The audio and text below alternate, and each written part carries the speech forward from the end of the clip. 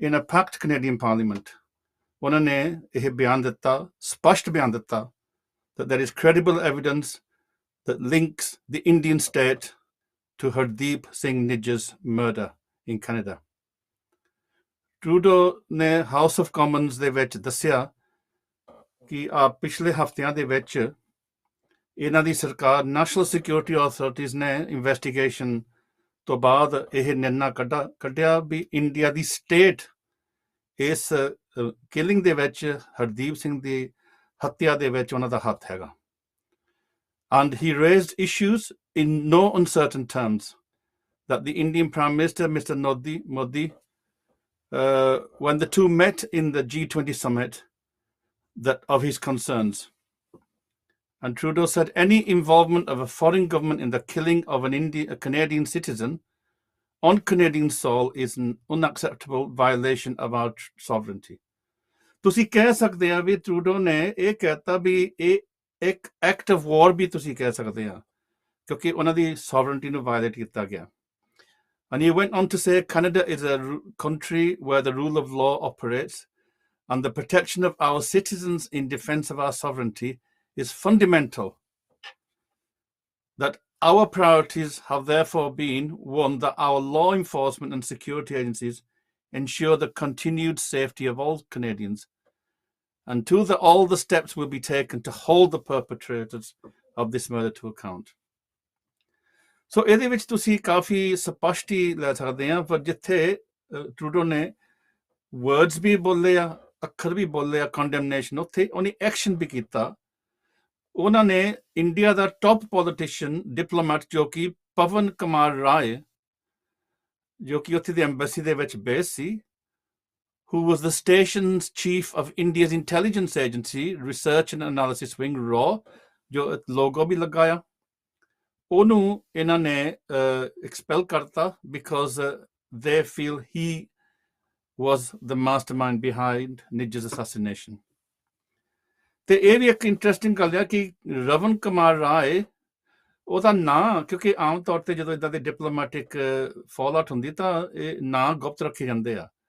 ਪਰ ਇਹ ਵੀ ਇੰਟਰਸਟਿੰਗ ਆ ਵੀ ਕੈਨੇਡੀਆ ਦੇ ਮੀਡੀਆ ਨੂੰ ਕੈਨੇਡੀਅਨ ਫੋਰਨ ਮਿਨਿਸਟਰੀ ਵੱਲੋਂ ਉਹਨਾਂ ਦਾ ਨਾਮ ਮਿਲਿਆ, ਜਿਹੜਾ ਸਮਝਿਆ ਜਾਂਦਾ ਵੀ ਇੱਕ ਬਹੁਤ ਵੱਡੀ ਬ੍ਰੀਚ ਪ੍ਰੋਟੋਕਾਲ ਹੈਗੀ ਆ. ਪਰ ਇਹਦੇ ਵਿੱਚੋਂ ਇਹ ਨਹੀਂ ਵੀ ਅਚਾਨਕ ਹੀ ਟਰੂਡੋ ਨੇ ਬਿਆਨ ਦੇ ਦਿੱਤਾ. In fact the reports are prior to going public, Justin Trudeau said that there were many exchanges between various governments and even at the G20 in Delhi, between the top leadership of the country, this issue was raised. And ਜਿੱਦਾਂ ਮੈਂ ਕਿਹਾ ਵੀ Trudeau ਨੇ personally ਵੀ ਮੋਦੀ ਦੇ ਨਾਲ race ਕੀਤਾ ਸੀਗਾ. In fact, it seems like Justin Trudeau came to the G20 fully prepared to raise this issue and had earlier sent his national security and intelligence advisors and the director of Canadian security intelligence to India to meet their counterparts and to confront them with this charge. In fact, what's more interesting is the fact that the Canadian government have also revealed that they had briefed the US President Joe Biden and the UK Prime Minister Rishi Sunak about this issue.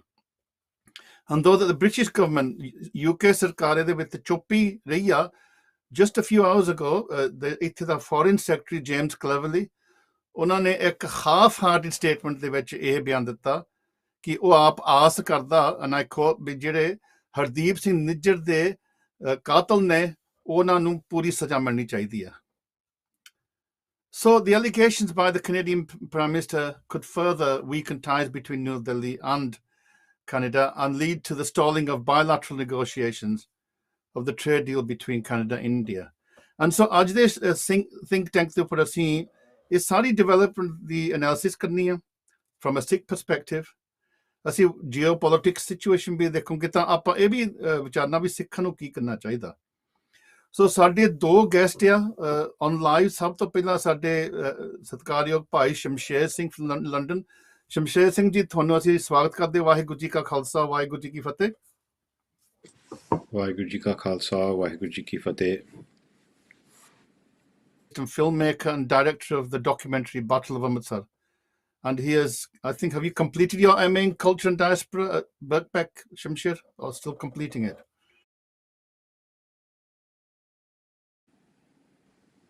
Singh ji from Derby, General Secretary of the World Sikh Parliament. Manpreet ji ਤੁਹਾਨੂੰ ਵੀ ਸਵਾਗਤ ਕਰਦੇ, ਵਾਹਿਗੁਰੂ ਜੀ ਕਾ ਖਾਲਸਾ ਵਾਹਿਗੁਰੂ ਜੀ ਕੀ ਫਤਿਹ। ਵਾਹਿਗੁਰੂ ਜੀ ਕਾ ਖਾਲਸਾ ਵਾਹਿਗੁਰੂ ਜੀ ਕੀ ਫਤਿਹ। ਬਹੁਤ ਬਹੁਤ ਧੰਨਵਾਦ doctor ਸਾਹਿਬ ਤੇ ਸ਼ਮਸ਼ੇਰ ਸਿੰਘ ਜੀ ਜਿਨ੍ਹਾਂ ਨਾਲ ਅੱਜ ਇਸ ਮੌਕੇ ਤੇ ਸਾਂਝ ਪਾਉਣ ਦਾ ਮੌਕਾ ਮਿਲਿਆ। ਧੰਨਵਾਦ ਜੀ। ਤੇ ਮਨਪ੍ਰੀਤ ਦੇ ਬਾਰੇ ਦੱਸ ਦਵਾਂ, ਹੀ ਜਿੱਦਾਂ ਮੈਂ ਕਿਹਾ general secretary world Sikh parliament, human rights activist, investigative journalist and documentary maker. ਇਹਨਾਂ ਨੇ ਬਹੁਤ ground breaking documentary with Gurpreet Singh from Saving Punjab on the Punjab situation. So before we join our guests, ਸਾਡੇ ਕੋਲ ਇੱਕ ਅਸੀਂ Canada ਤੋਂ ਸਾਡੇ ਵੀਰ ਉਹਨਾਂ ਨੇ ਬਿਆਨ ਦਿੱਤਾ ਹੈਗਾ, BC Gurdwara Maninder Singh.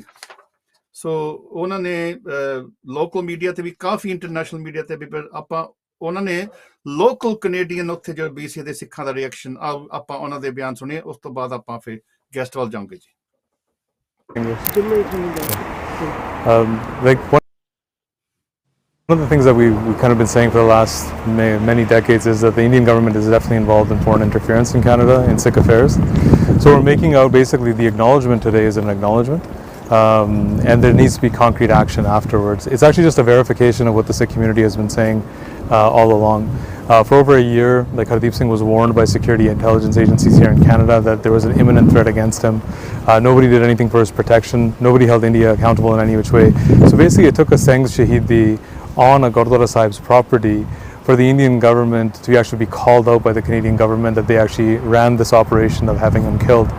So for us, that's like very frustrating as well, that it actually took like Hardeep Singh Shahidi for that to happen.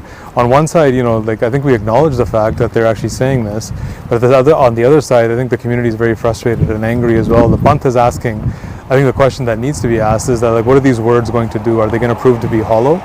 Or is actually somebody going to actually do something? Like the community's been asking for an inquiry, a public inquiry into India's interference here, including by Hardeep Singh Shahidi. A second thing is, what are they going to do about the 2018 intelligence sharing agreements that they've signed with India, where Sikh activists, Sikh Naujawans here that are working, living in Canada, they're being exposed to India. Their information is being shared with India. We've had Sengs here and BBA here. Their bank accounts have been frozen. They've been put on no-fly lists. They can't enter the US or other countries around the world. It's just another way for India to provide propaganda to Canada, and Canada's taking it verbatim and actually utilizing it against its own citizens here. So I think this isn't a small event that's happened today. It actually is going to shift the relationship between India and Canada in many ways. But I think the underlying kind of like feeling right now is one of frustration and anger, where people are very like as unhappy in one way. Like I would caution that, because that the words right now, they haven't proven any action. Until we get action on this, ਇਹ ਜਿਹੜੀ ਗੱਲ ਅਧੂਰੀ ਹੈ ਸਾਡੇ ਲਈ।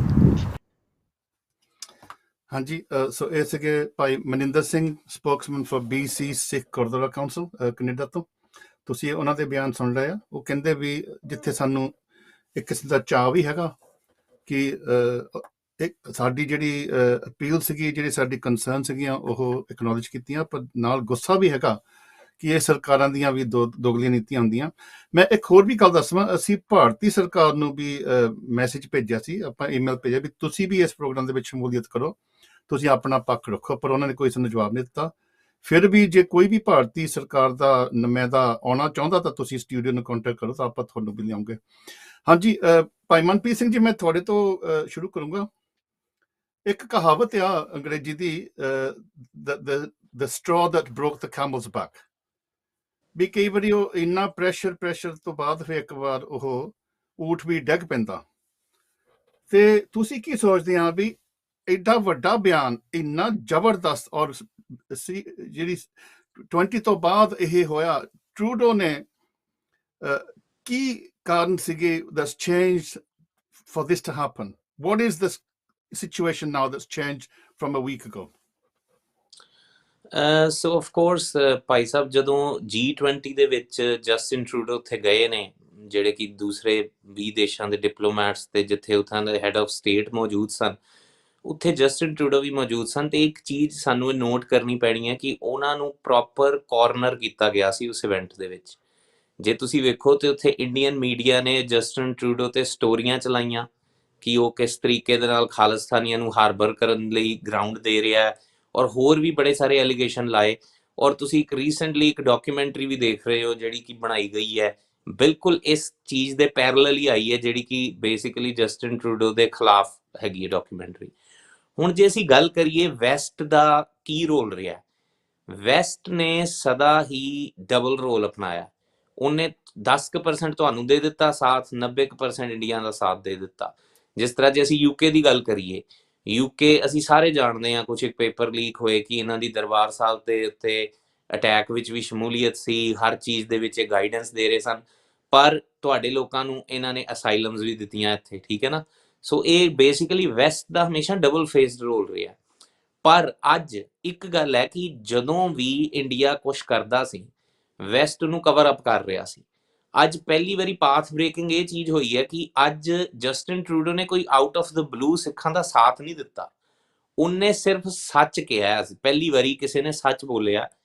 ਉਹਨੇ ਇਹ ਗੱਲ ਕਹੀ ਹੈ ਕਿ ਜੇ ਮੈਂ ਸਭ ਤੋਂ ਜ਼ਿਆਦਾ ਜਿਹੜੀ ਮੈਨੂੰ ਜਿਸ ਗੱਲ ਦੀ ਥੋੜੀ ਜਿਹੀ ਖੁਸ਼ੀ ਵੀ ਹੋਈ ਹੈ ਉਹ ਇਸ ਗੱਲ ਦੀ ਹੋਈ ਹੈ ਵੀ ਉਹਨੇ ਇਹ ਨਹੀਂ ਕਿਹਾ ਵੀ ਇਹ ਸਿੱਖ ਤੇ ਹਮਲਾ ਹੋਇਆ, ਉਹਨੇ ਕਿਹਾ ਵੀ ਇਹ ਕੈਨੇਡੀਅਨ ਸਿਟੀਜ਼ਨ ਤੇ ਹਮਲਾ ਹੋਇਆ ਤੇ ਇਹ ਸਾਡੀ ਸੋਵਰੈਨਿਟੀ ਤੇ ਹਮਲਾ ਹੋਇਆ, ਠੀਕ ਹੈ ਜੀ। ਹੁਣ ਅਸਲ ਵਿੱਚ ਇਹਦੇ ਪਿੱਛੇ ਕੀ ਉਹਨਾਂ ਦੇ ਪਰਸਨਲ ਸਰਕਮਸਟੈਂਸਿਸ ਨੇ, ਕੀ ਉਹਨਾਂ ਦੇ ਇੰਡੀਆ ਦੇ ਨਾਲ ਬਾਇਲੇਟਰਲ ਫਰਸਟ੍ਰੇਸ਼ਨਸ ਜਿਹੜੀਆਂ ਚੱਲ ਰਹੀਆਂ ਸਨ। ਇੱਕ ਗੱਲ ਤਾਂ ਜ਼ਰੂਰ ਹੈ ਕਿ ਤੁਸੀਂ ਖਾਲਿਸਤਾਨੀ ਜਿਹੜੇ ਅਸੀਂ ਹੈਗੇ ਆ, ਅਸੀਂ ਹੁਣ ਇੱਕ ਪਾਰਟੀ ਬਣ ਚੁੱਕੇ ਹਾਂ ਔਨ ਦਾ ਟੇਬਲ, ਭਾਵੇਂ ਅਸੀਂ ਦਿਸ ਨਹੀਂ ਰਹੇ, ਚਾਹੇ ਸਾਡਾ ਮੁਲਕ ਜੀਓਗ੍ਰਾਫਿਕਲੀ ਨਹੀਂ ਹੈਗਾ, ਪਰ ਕਿਤੇ ਵੀ ਕੁਛ ਵੀ ਹੁੰਦਾ ਵੈ, ਯੂਕੇ ਨੂੰ ਡਿਮਾਰਸ਼ੇ ਭੇਜੇ ਜਾਂਦੇ ਨੇ ਤੁਹਾਨੂੰ ਬੈਨ ਕਰਨ ਵਾਸਤੇ, ਤੁਹਾਡੇ ਰੈਫਰੈਂਡਮ ਨੂੰ ਰੋਕਣ ਵਾਸਤੇ। ਉਹ ਕਹਿੰਦੇ ਨਹੀਂ ਅਸੀਂ ਫਰੀਡਮ ਆਫ ਸਪੀਚ ਨੂੰ ਕਰਟੇਲ ਨਹੀਂ ਕਰ ਸਕਦੇ। ਆਸਟ੍ਰੇਲੀਆ ਨੂੰ ਭੇਜੇ ਜਾਂਦੇ ਨੇ, ਉਹ ਕਹਿੰਦੇ ਸੌਰੀ ਅਸੀਂ ਨਹੀਂ ਕਰਟੇਲ ਕਰ ਸਕਦੇ। ਕੈਨੇਡਾ ਨੂੰ ਭੇਜੇ ਜਾਂਦੇ, ਉਹ ਨਹੀਂ। ਸੋ ਜਿਹੜੀ ਇੰਡੀਅਨ ਗਵਰਨਮੈਂਟ ਦੀ ਇੱਕ ਕਹਿ ਲਓ ਵੀ ਇੱਕ ਸੋਚ ਹੈ, ਜਿਸ ਤਰ੍ਹਾਂ ਕਿ ਕਹਿ ਲਓ ਵੀ ਇੱਕ ਨੈਰੋ ਮਾਈਂਡਡ ਸੋਚ ਹੈ, ਇੱਕ ਟਨਲ ਵਿਜ਼ਨ ਹੈ ਕਿ ਬਸ ਜਿੱਦਾਂ ਅਸੀਂ ਚੱਲਦੇ ਹਾਂ ਅਸੀਂ ਤਾਂ ਉੱਦਾਂ ਹੀ ਚੱਲਾਂਗੇ। We don't care about the international law, we don't care about what people want to voice, we don't care about nothing। ਇਹਨਾਂ ਨੂੰ ਇੱਕ ਗੱਲ ਪਤਾ ਲੱਗ ਚੁੱਕੀ ਹੈ ਕਿ ਹੁਣ ਇਹ ਜਿਹੜਾ ਇਹਨਾਂ ਦਾ ਜਿਹੜੀ ਇੱਕ ਕਹਿ ਲਓ ਇਹਨਾਂ ਦੀ ਆਦਤ ਬਣ ਚੁੱਕੀ ਹੈ ਨਾ ਚੀਜ਼ਾਂ ਨੂੰ ਡਿਨਾਈ ਕਰਨ ਦੀ, ਔਰ without any remorse, without any shame ਚੀਜ਼ਾਂ ਨੂੰ ਡਿਨਾਈ ਕਰਕੇ ਉਹਨਾਂ ਨੂੰ ਫੈਬਰੀਕੇਟ ਕਰਕੇ ਪੇਸ਼ ਕਰਨ ਦੀ, ਉਹ ਹੁਣ ਕਿਤੇ ਨਾ ਕਿਤੇ ਵੈਸਟ ਦੀ ਵੀ ਫਰਸਟ੍ਰੇਸ਼ਨ ਬਣ ਚੁੱਕੀ ਹੈ ਕਿ ਉਹ ਕਦੋਂ ਤੱਕ ਟੋਲਰੇਟ ਕਰਨਗੇ। ਜਿਹੜੀ ਸਭ ਤੋਂ ਹੈਰਤ ਅੰਗੇਜ਼ ਗੱਲ ਹੈ ਉਹ ਇਹ ਹੈ ਕਿ ਇੱਕ ਪਾਸੇ ਇਹ ਰੈਵਲੇਸ਼ਨ ਕਰਦਾ ਜਸਟਿਨ ਟਰੂਡੋ ਕਿ ਇਹ ਸੱਚ ਜਿਹੜਾ ਉਹਨੇ ਪੇਸ਼ ਕੀਤਾ ਵੀ ਇਹਨਾਂ ਦਾ ਹੱਥ ਹੈ, ਤੇ ਦੂਜੇ ਪਾਸੇ ਯੂਕੇ ਦਾ ਪ੍ਰਾਈਮ ਮਿਨਿਸਟਰ ਕਹਿ ਰਿਹਾ ਕਿ ਮੈਂ ਖਾਲਿਸਤਾਨੀ ਪ੍ਰੋ ਐਕਸਟ੍ਰੀਮਿਜ਼ਮ ਨੂੰ ਹੈਂਡਲ ਕਰਨ ਲਈ ਇੰਡੀਆ ਦੀ ਗਵਰਨਮੈਂਟ ਦੇ ਨਾਲ ਕੰਮ ਕਰ ਰਹੇ ਹਾਂ। ਸੋ ਤੁਸੀਂ ਕਲੀਅਰਲੀ ਇੱਕ ਚੀਜ਼ ਤਾਂ ਦੇਖ ਸਕਦੇ ਹੋ ਨਾ ਕਿ ਇੱਥੇ ਜੇ ਤੁਸੀਂ ਰਿਸ਼ੀ ਸਨਕ ਦਾ ਰੋਲ ਕੰਪੇਅਰ ਕਰਨਾ ਹੋਵੇ ਜਸਟਿਨ ਟਰੂਡੋ ਦੇ ਨਾਲ, ਤੇ ਸਿੱਧਾ ਸਿੱਧਾ ਤੁਹਾਨੂੰ ਪਤਾ ਲੱਗ ਰਿਹਾ। ਦੂਸਰੀ ਜਿਹੜੀ ਇੱਕ ਵੱਡੀ ਗੱਲ ਹੈ, ਸਿੱਖ ਕਮਿਊਨਿਟੀ ਪਹਿਲੇ ਦਿਨ ਤੋਂ ਕਹਿ ਰਹੀ ਹੈ ਕਿ ਹਰਦੀਪ ਸਿੰਘ ਨਿੱਜਰ ਨੂੰ ਇੰਡੀਅਨ ਗਵਰਨਮੈਂਟ ਨੇ ਮਾਰਿਆ। ਜਦੋਂ ਅਸੀਂ ਕਹਿੰਦੇ ਹਾਂ ਆਪਣੇ ਲੋਕਾਂ ਨੂੰ, ਸਾਰੇ ਬੰਦਿਆਂ ਨੂੰ ਵਿਸ਼ਵਾਸ ਨਹੀਂ ਹੁੰਦਾ। ਹੁਣ ਅੱਜ ਇੱਕ ਫਸਟ ਵਰਲਡ ਕੰਟਰੀ ਦੇ ਪ੍ਰਾਈਮ ਮਿਨਿਸਟਰ ਨੇ ਕਹਿ ਦਿੱਤਾ ਤੇ ਹੁਣ ਆਲ ਆਫ ਅ ਸਡਨ ਵਿਸ਼ਵਾਸ ਹੋ ਗਿਆ, which is actually a good thing ਕਿ ਚਲੋ ਬਾਹਰੋਂ ਇਨਫੋਰਮੇਸ਼ਨ ਆਈ ਹੈ, ਕੋਈ ਕ੍ਰੈਡੀਬਲ ਸੋਰਸ, ਜੇ ਇਹਨਾਂ ਨੂੰ ਉਹ ਕ੍ਰੈਡੀਬਲ ਮੰਨਦੇ ਨੇ, ਪੰਥ ਨੂੰ ਕ੍ਰੈਡੀਬਲ ਨਹੀਂ ਮੰਨਦੇ ਕਈ ਸਾਡੇ ਆਪਣੇ ਬੰਦੇ ਹੀ, ਪਰ ਉਹ ਇਹਨੂੰ ਕ੍ਰੈਡੀਬਲ ਮੰਨਦੇ ਤੇ ਹੁਣ ਇਹਦੇ ਤੇ ਹੀ ਭਰੋਸਾ ਕਰ ਲੈਣ। ਤੇ ਦੂਜੀ ਗੱਲ ਇਹ ਹੈ ਕਿ ਹੁਣ ਐਕਸਟ੍ਰੀਮਿਜ਼ਮ ਸਭ ਤੋਂ ਵੱਡਾ ਕੁਐਸਚਨ ਅੱਜ ਇਹ ਹੈ ਜਿਹੜਾ ਜਿਹਨੂੰ ਆਪਾਂ ਐਲੀਫੈਂਟ ਇਨ ਦ ਰੂਮ ਕਹੀਏ ਕਿ ਟੈਰਰਿਸਟ ਕੌਣ ਹੈ, ਕੌਣ ਟੈਰਰਿਜ਼ਮ ਕਰ ਰਿਹਾ, ਐਕਟਿਵਿਜ਼ਮ ਕੌਣ ਕਰ ਰਿਹਾ ਤੇ ਟੈਰਰਿਜ਼ਮ ਕੌਣ ਕਰ ਰਿਹਾ। ਦੁਨੀਆ ਨੂੰ ਹੁਣੇ ਪਤਾ ਲੱਗ ਜਾਣਾ ਚਾਹੀਦਾ ਹੈ ਕਿ ਹਰਦੀਪ ਸਿੰਘ ਨਿੱਜਰ ਜੋ ਕਿ ਇੱਕ ਐਕਟਿਵਿਜ਼ਮ, ਇੱਕ ਰੈਫਰੈਂਡਮ ਦਾ ਇੱਕ ਸਿਪਾਹੀ ਸੀ, ਉਹ ਐਕਟਿਵਿਜ਼ਮ ਕਰ ਰਿਹਾ ਸੀ ਤੇ ਉਹਨੂੰ ਟੈਰਰਿਜ਼ਮ ਦੇ ਨਾਲ ਕਰਟੇਲ ਕੀਤਾ ਇੰਡੀਆ ਨੇ, ਉਹਨੂੰ ਮਾਰਿਆ। ਸੋ ਹੁਣ world needs to shout out, West needs to shout out who is the real terrorist, and India is the real terrorist. We will come to that afterwards, but Shamsher Singh, I'm going to come to you now. Manpreet ne ta kehta vi India as a terrorist state has been exposed. But if you look at the actions of these Western states like the United States, Britain, who all claim, even Canada claim to be the defenders of democracy, when it suits their interest, ਜਦੋਂ ਉਹਨਾਂ ਨੂੰ interest ਆ ਉਹ ਵੀ extrajudicial, they always deny this, ਗੱਲ ਤਾਂ ਉਹ denial ਦੇ ਵਿੱਚ ਹੀ ਹੁੰਦੇ ਆ। So what is it about Trudeau that he felt the need to come out on this? Because, he was involved in trade negotiations. And this isn't the first time that the Indian state has been involved in kidnapping. We know about the case of Princess Latifa, who was kidnapped from Goa, I think, brought back to she was the daughter of the ruler of Dubai and brought back to Dubai. We know of the case of Mehul Choski, who was kidnapped and actually taken to the Caribbean. So we know that India has been involved with these things and have been exposed. So what is it that's kind of made a difference now? What is it that's motivating Trudeau to break protocol, maybe? I think if you look at the news coverage around this story, you can see coverage from the Washington Post that talks about Canada had approached its security cooperation partners, the Five Eyes intelligence sharing countries, which includes the US and the UK, France, weeks before the G20 summit in this September. So weeks before G20, Canada had privately approached its security partners about the links between Indian intelligence and the assassination of Bhai Hardeep Singh. And then at some point, it seems that the story was in the hands of the media. The media had acquired some information. Obviously, by the Washington Post story, there's leaks within the Canadian cabinet. What we've seen from, I think it was CBC, one of their reporters, was going to go ahead with this story, and Canada had asked for a delay in order to kind of deal with this in back channels. But ultimately, it seems like the hand of the Canadian government was forced because enough credible information about this assassination linking the Indian intelligence, which is RA and W, the Research and Analysis Wing. It was linking that intelligence agency directly. So the information was going to come out regardless. I think Trudeau acted preemptively so as not to, not for the Canadian to look like it was clueless in India assassinating a Sikh leader, in broad daylight in Canada. So I think it was a question of saving face, not of making any grand overtures towards the Sikh community, because it's the Canadian government that banned Hardeep Singh Nijjar from flying, put travel restrictions on him, had his mortgages rescinded from the banks, had his bank accounts frozen, and multiple other Sikh activists in Canada have been put on no-fly lists and have had their bank accounts frozen. In 2018, Canada signed a security cooperation agreement with India, and it continues to be one of India's security cooperation partners. So I don't think we should be any. So are you saying that misconception? Are you saying that Trudeau's move really is to minimize damage? It's face saving, and to some degree, it's choreographed. Is that what you're saying? Oh, it's 100% choreographed. I mean, there should be no doubt in anyone's mind. What you see Houses of Commons in the Parliament is a pantomime. It's a choreographed performance with pre-written speeches being read out. There's nothing that happens in that arena that is spontaneous. So 100% this is completely choreographed. But nevertheless, it's still a big statement, and it sent ripples, across the world, especially those that weren't connected to Sikh struggle. Now, all of a sudden, the Khalistan cause is squarely in the crosshairs of a foreign state that's assassinating dissidents in other countries. In many ways, it creates a lot of positive publicity for the Khalistan movement. Okay, Manpreet, I'm going to come back to you. मैं थोड़ा सा आऊँगा. So should we really be confining this to a Canadian-Indian affair, or is Britain also deeply implicated in this?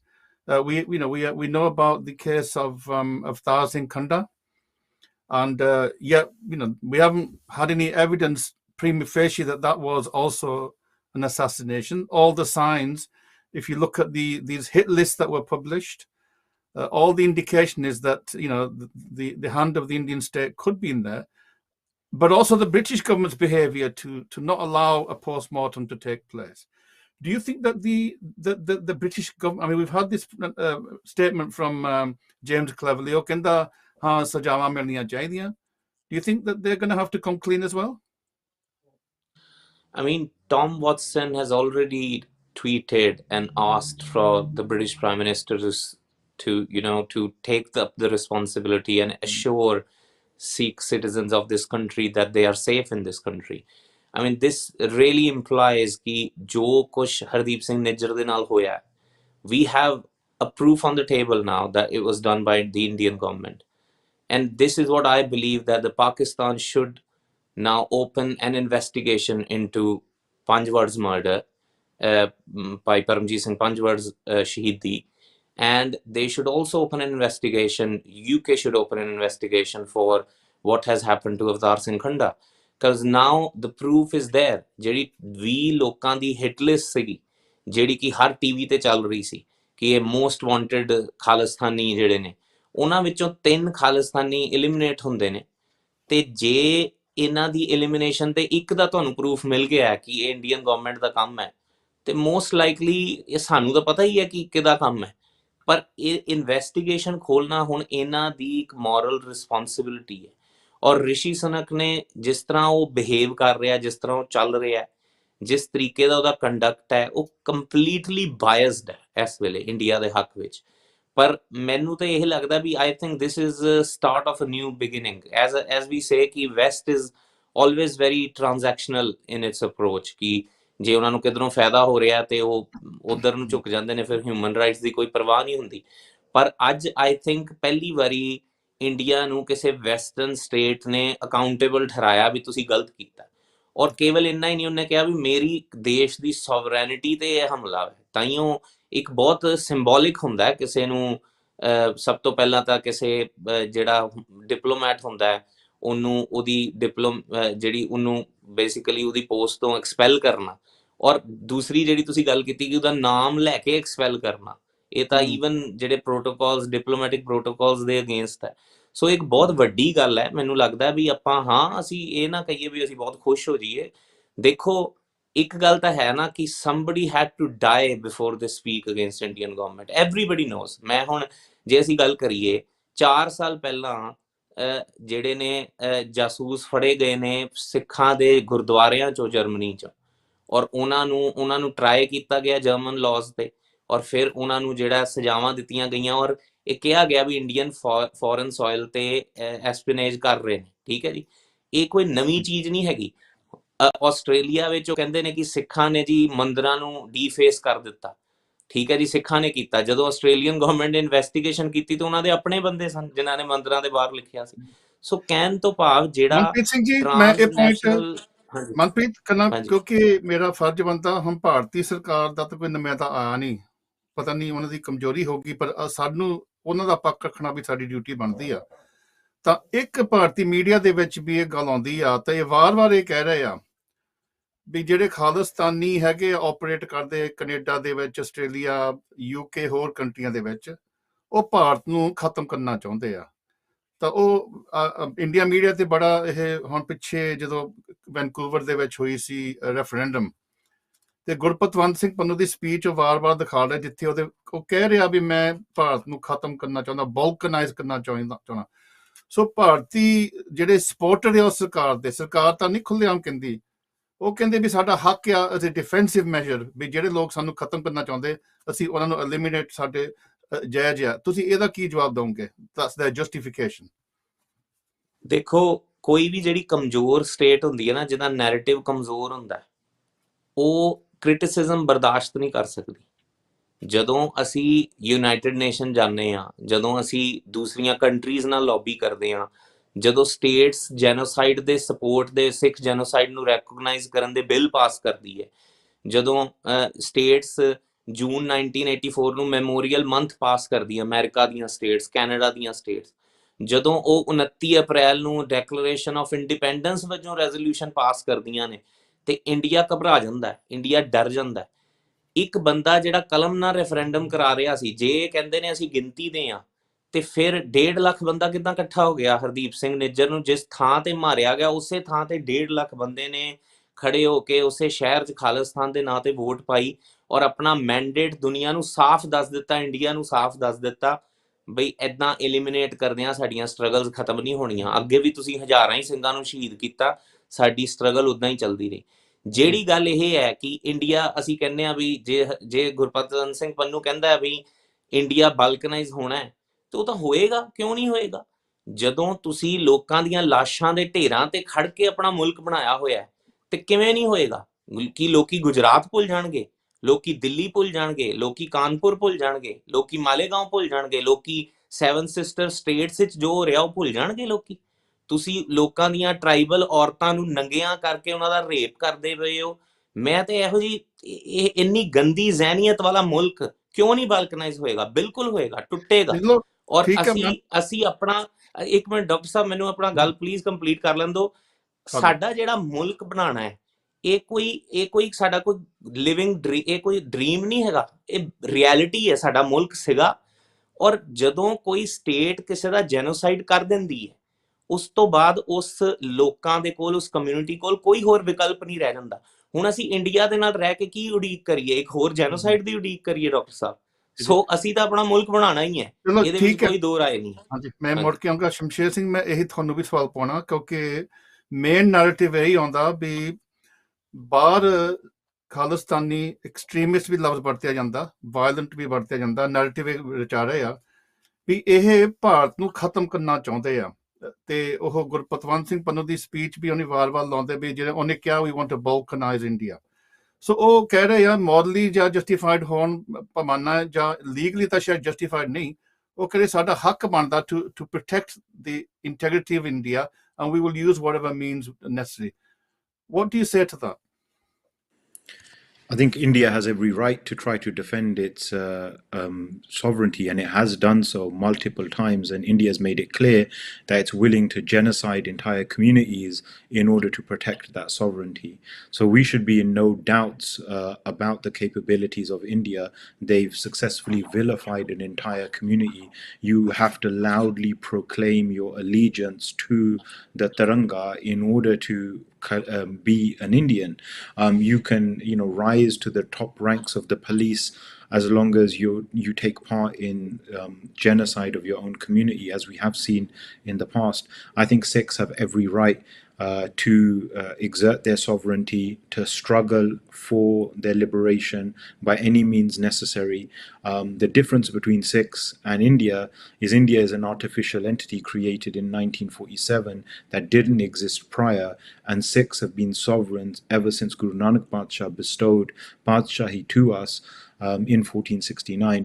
So our sovereignty predates the creation of India, or the idea of the Indian citizen, or India as a unitary state. But there's a big gap between asserting sovereignty or autonomy and calling for the destruction of a state. There's a big gap between the two, isn't there? I mean, obviously, India would have to be destroyed and would have to revert back to being a collection of different states, right? There's no such thing as India. India is held together through the threat of violence. There's no Indian language. There's no Indian national culture. There's no cuisine. There's no way of dressing that is Indian. It's a multiplicity of different communities. It's recognized under international law. It's recognized by the UN. It's recognized by all the major states. It is a legal entity, and doesn't it have a right to defend itself? That is a matter of time only. It's a temporary issue. States have come into creation, have dissolved from creation. So India existing and being a member state of the United Nations doesn't actually mean anything. It doesn't erase Sikh sovereignty. It doesn't erase our desire to be free, because that's what we're talking about here, right? Just because India exists and has a claim to its sovereignty, or should we just die then because India has been trying to exterminate us? And they use that word exterminate as if we are some kind of disease or illness that needs to be eradicated to save India. So I mean, the legality is no basis to claim any kind of position of sovereignty. Okay, I think that you made your position clear there. Manpreet Singh, as we know, the British government has been involved in negotiations for a trade deal with India, and also the US and the Canadian government. And India is flexing its economic might.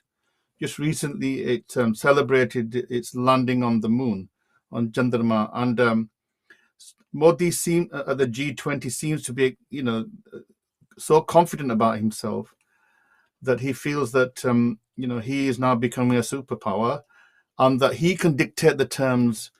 So what is the Canadian government doing? Is it not undermining its own economic interests? And if it is, what is the kind of motivation behind that? Because, as I say, most of these states act in their self-interest.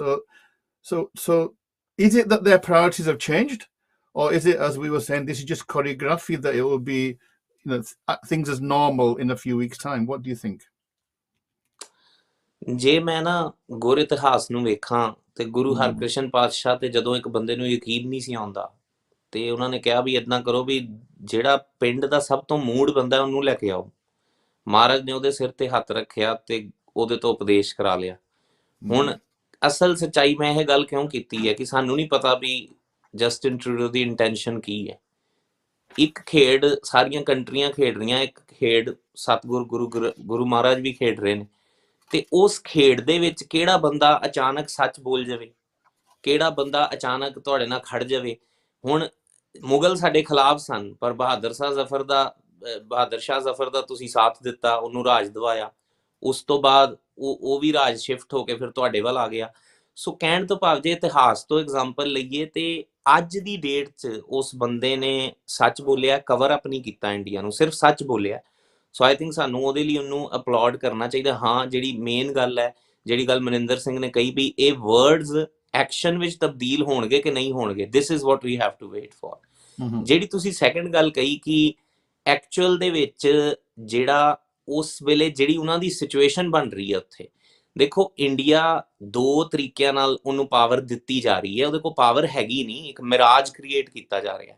The first reason ਹੈ ਜਿਹੜਾ ਜਿਓਪੋਲੀਟੀਕਲ reason ਹੈ, ਉਹ ਇਹ ਹੈ ਕਿ China strong ਹੋ ਰਿਹਾ।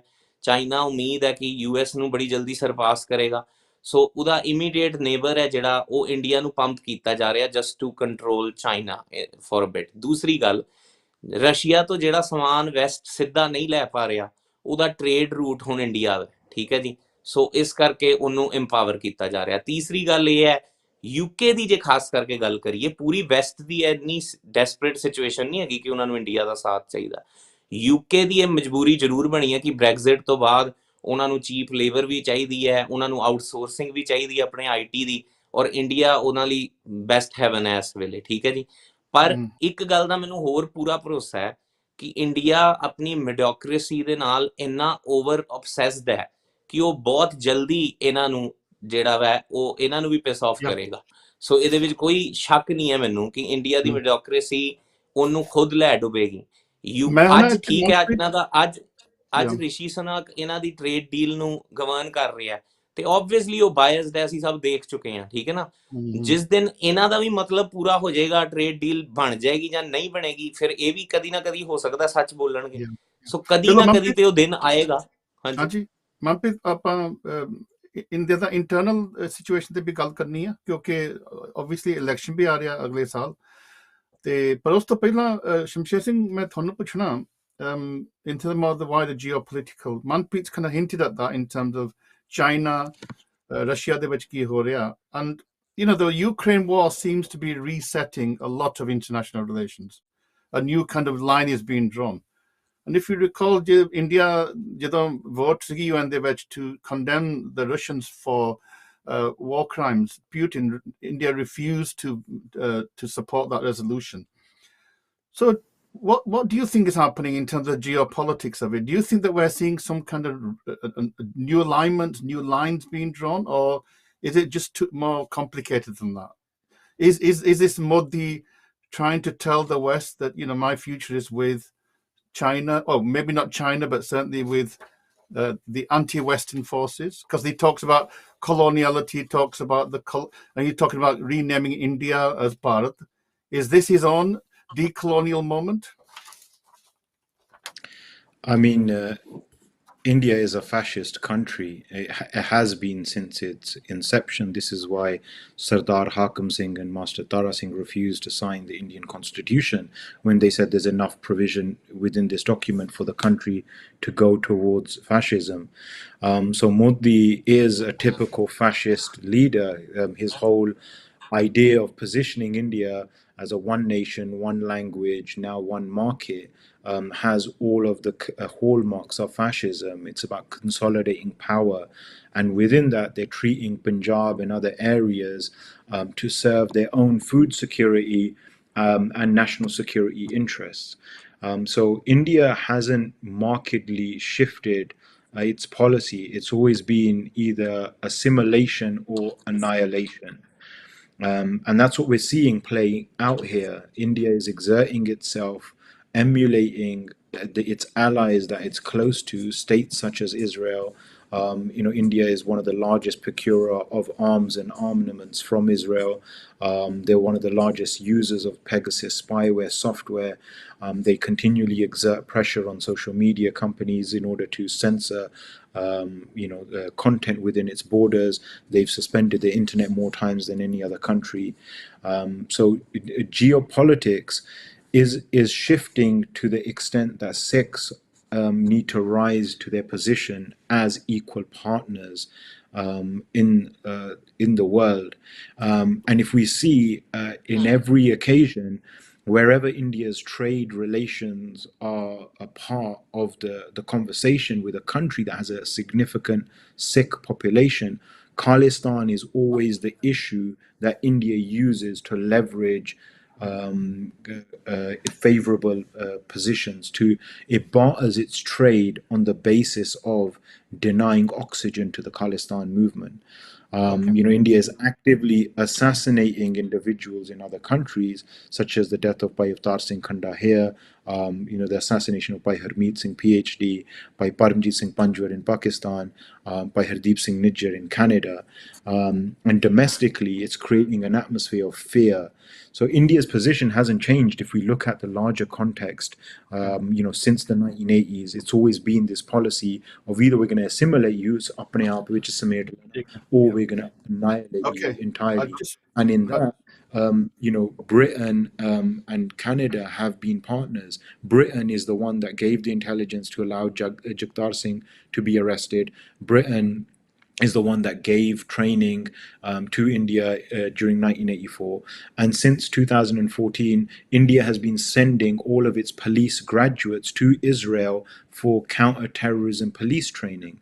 So all of its allies on the so-called global stage have been consistently allied with India in terms of its military cooperation needs. And this is, like by Manpreet Singh ji said, this is to position India as a kind of a safety net towards the rising power of China. Okay, I think it's probably a more complex situation than just East-West. There's lots of other interests.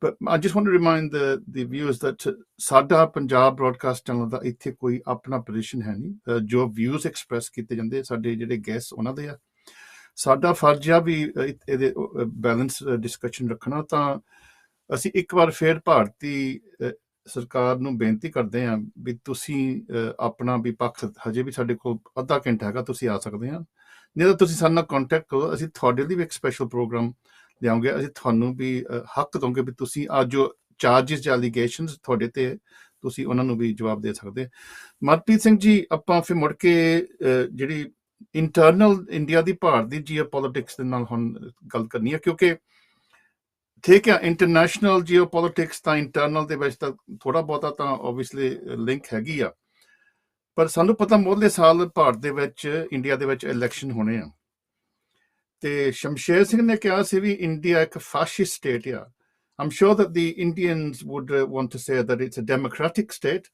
that it has free and fair elections, and that it is, the largest democratic country in the world. But other people are saying that it's moving towards what we might call is an elected state dictatorship. That, you have this one party that is so dominant, and that Modi seems to be presenting himself as almost like a president with absolute power. Do you think that India is heading towards a mature democracy, or is it moving towards more of an autocracy, maybe a majoritarian, if not a fascist state? ਤੁਹਾਡਾ ਕੀ ਖਿਆਲ ਹੈ? I think the later is true, because ਜਿਸ ਵੀ country ਵਿੱਚ ਜਦੋਂ opposition weak ਹੋ ਜਾਂਦੀ ਹੈ ਜਾਂ negligible ਹੋ ਜਾਂਦੀ ਹੈ ਉਹ ਕੰਟਰੀ ਫੈਸ਼ਿਜ਼ਮ ਵੱਲ ਵੱਧ ਰਹੀ ਹੈ, ਇਹਦੇ ਵਿੱਚ ਕੋਈ ਸ਼ੱਕ ਨਹੀਂ ਹੈ। ਜੇ ਹੁਣ ਤੁਸੀਂ ਇੰਡੀਆ ਦੀ ਪਾਰਲੀਮੈਂਟ ਦਾ ਸਟਰਕਚਰ ਵੇਖੋ ਤੇ 85% ਤੋਂ ਉੱਤੇ ਸਾਰੀ ਮੈਜੋਰਿਟੀ ਉਹਨਾਂ ਦੇ ਕੋਲ ਹੈ। ਜਿਹੜੀ ਤੁਸੀਂ ਸੋਚ ਕੇ ਵੇਖੋ ਕਿ ਜਿਹੜਾ ਆਪੋਜੀਸ਼ਨ ਦਾ ਲੀਡਰ ਸੀ, ਜਿਹੜੀ ਕਾਂਗਰਸ ਪਾਰਟੀ ਸੀ, ਚਲੋ we are not a big fan of that party, ਪਰ ਜੇ ਉਹਨੇ ਮੋਦੀ ਦੇ ਖਿਲਾਫ ਕੁਝ ਕਿਹਾ ਤੇ ਉਹਨੂੰ ਵੀ ਜੇਲ੍ਹ 'ਚ ਸੁੱਟ ਦਿੱਤਾ ਥੋੜੇ ਦਿਨਾਂ ਲਈ ਇਹਨਾਂ ਨੇ। ਸੋ ਕਹਿਣ ਤੋਂ ਭਾਵ ਹੈ ਕਿ ਉੱਥੇ ਹੁਣ ਕ੍ਰਿਟਿਸਿਜ਼ਮ ਦੀ ਕੋਈ ਸਪੇਸ ਨਹੀਂ ਹੈ। ਉੱਥੇ ਤੁਸੀਂ ਕੋਈ ਕਿਸੇ ਦੇ ਹੱਕ ਸੱਚ ਦੀ ਗੱਲ ਨਹੀਂ ਕਰ ਸਕਦੇ। ਐਜ਼ ਲੌਂਗ ਐਜ਼ ਤੁਸੀਂ ਉਹਨਾਂ ਦੀ ਲਾਈਨ ਟੋ ਕਰ ਰਹੇ ਹੋ, ਤੁਸੀਂ ਸੇਫ ਹੋ। ਨਹੀਂ ਤੇ ਤੁਹਾਡੇ ਨਾਲ ਉਹੀ ਹੋਏਗਾ ਗੌਰੀ ਲੰਕੇਸ਼ ਨਾਲ ਜੋ ਹੋਇਆ।